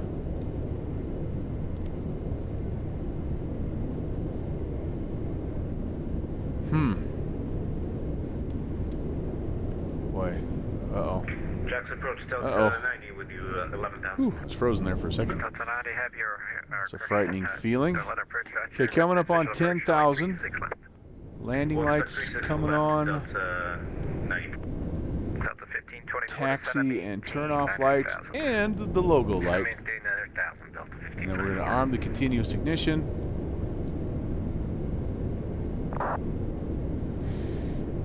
Again, we're looking for a ref of about 150.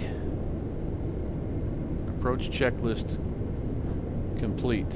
American 1300, turn right heading 185. Right turn 185, American 1300. There we go, we're on the downwind now. Delta 1524, when able, reduce speed at 230. Delta 230, when able, Delta 1524. Ooh, I didn't arm that, I didn't arm that, I didn't arm that. I went through it, I went through it, I went through it. Crap. Okay, let's climb back up and grab it there, buddy. When approach on 15154, 11,000 with Alpha. By 5154, There we go. when approach, vectors, visual. Ducked through it about 200 foot. That was a dumb mistake. Okay. 185. And I wonder, Wendy, I haven't been paying attention, but we may be seeing our airport out here at some point in time.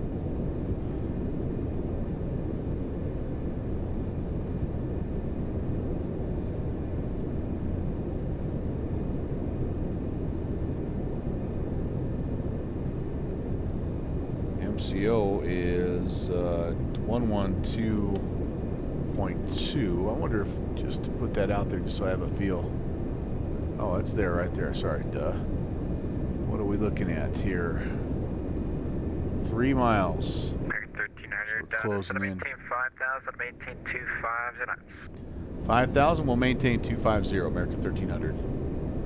Okay, let's remember to arm this time, huh? 210, then just maintain 5,000. 5,000, geez, slow down. Slow down. 5,000. That's 5,000 then. Let's see again the speed please, 415.24. Down to 1524, turn right heading Okay, vertical speed. for traffic. And, We're heading down. 5,000, 210 on the This is armed, right, you so we won't blow through it this time. 5,000, Delta 1524. Alright, here we go. Just to maintain 9,000. Agent Bravo 7. Delta 90. Whatever do you mean, my friend? Just another beautiful 3-engined airplane that was just begging for me to take her for a spin. Good to have you along.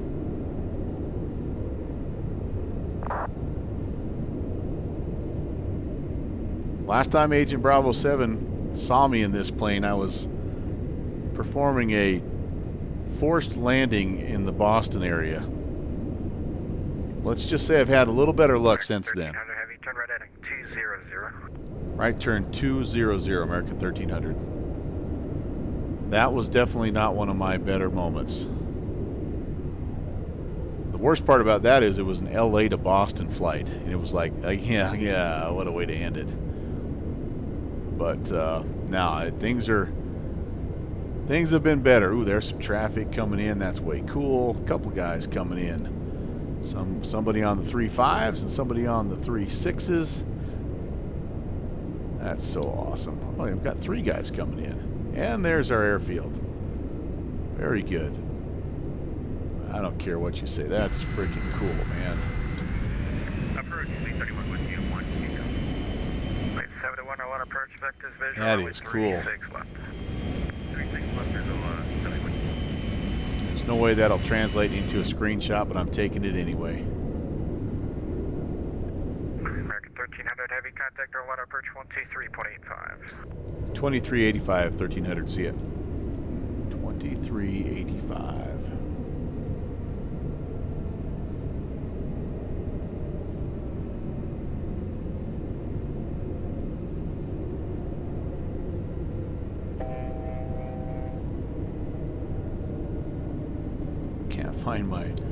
Can't find my switch here in the dark. 48.45 Delta 1166, good night.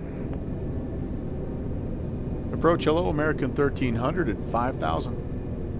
American 1300 heavy Orlando approach, good evening. This one maintains 3,000. 3,000, American 1300. All right, stepping our way down to Orlando.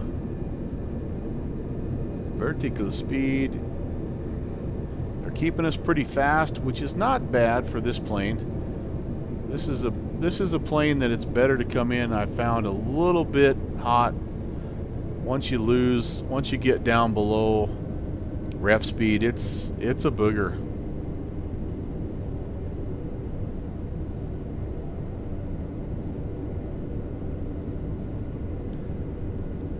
We were just talking about the TU-154. Yeah.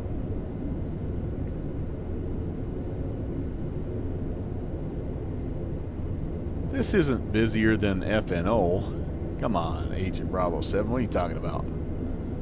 Plus, I got you here now. I'm good. I've had Don. Don's been helping me out. JPC's here. Kenny's got my back. We've had a good gang here. Good crew. Is it really? Well, there you go. American 1300 heavy, turn left heading 095. Left turn 095, American 1300 heavy. Whoops. 095.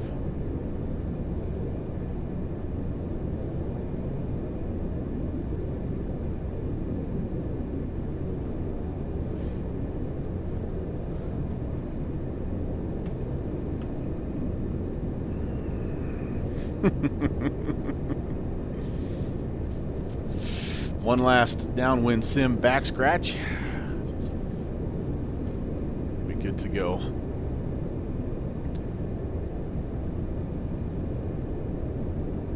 I do think we're down below all the clouds, so that should be good. We're cleared visually into 3-6 left.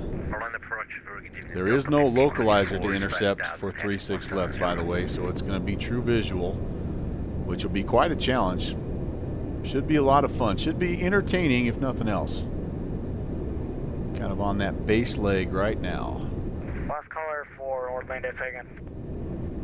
That's Delta 1524, 5000. Delta 1524, Orlando. Where are you, Orlando? I know you're over there somewhere. 3000, turn left heading 095. Yeah, we'll see you. Oop, there's traffic. Hello. Hello, traffic.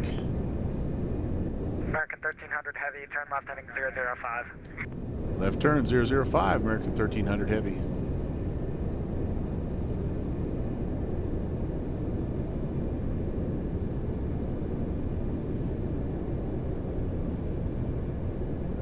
This course bug is kind of sensitive. Okay, so we're keeping it going. We should, on the rollout, hopefully have the airfield in sight. It looks like we may be following this dude. We are super close. Hopefully he's on 3-6 right. We are ultra fast. I'm going to go ahead and slow her down.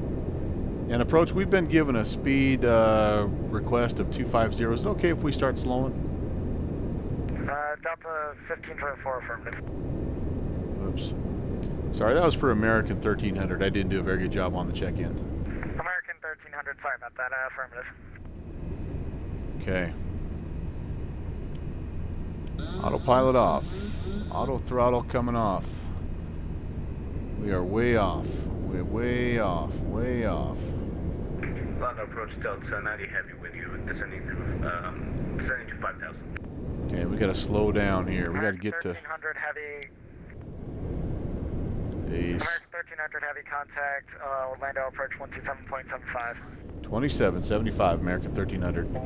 Dang it. Terrible time for that. 2775.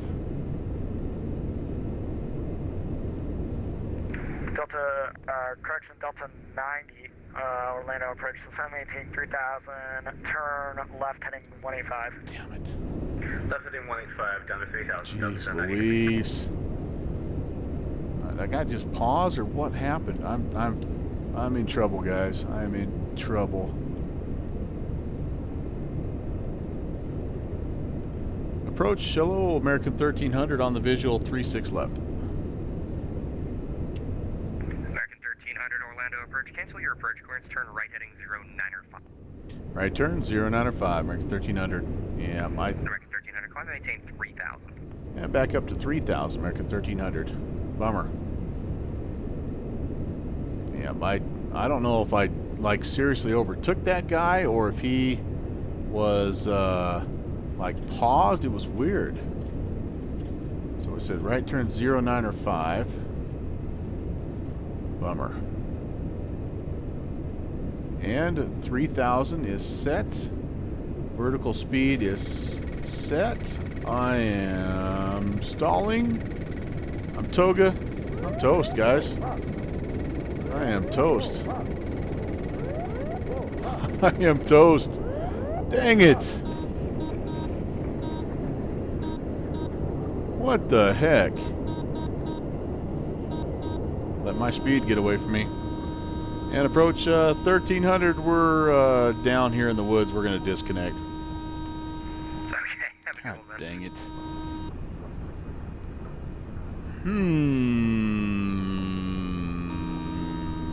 Alright. I will own part of that. But I will not own all of that because I think that I was actually vectored into traffic. But still, at the end of the day, I can't let my speed get down like it did. That was my fault. As soon as I pulled it off of autopilot, I throttled back a little too much.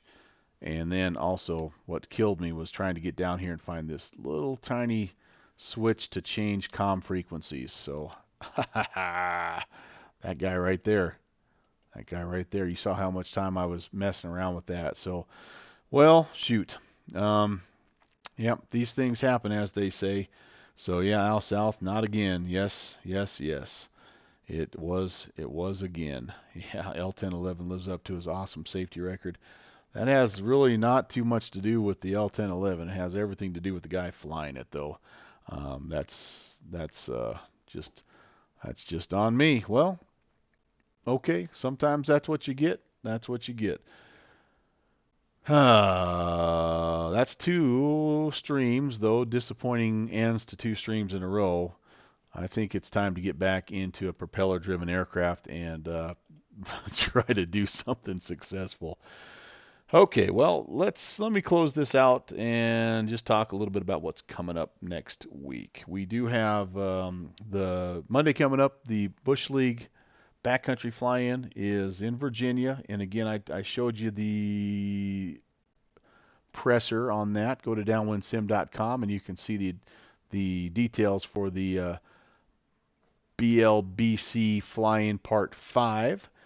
Should be a lot of fun. Like I say, it's over in Virginia, and there's some really, really challenging fields to find. I mean, just visually trying to locate them, I think it's going to be the toughest of all of the fly-ins so far in terms of just locating the field, because they're like in amongst these checkerboard fields and hills and towns, and it's going to be something else. So that's coming up, like I say, on Monday here, just a couple of days.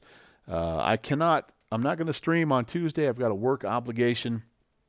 Thursday, though, I will be in the NH Adrian 152, and I'm going to be doing episode 7 of Nowhere Fast. I'm going to be taking the 152 from Johnson Creek down to Juniper, Nevada.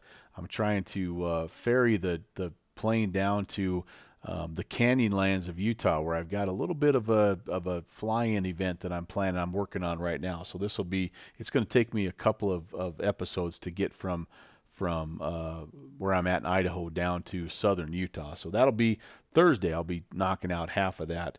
And then coming up on Saturday, it's iffy. I don't know if I'll be able to fly again. I've got some work things going on.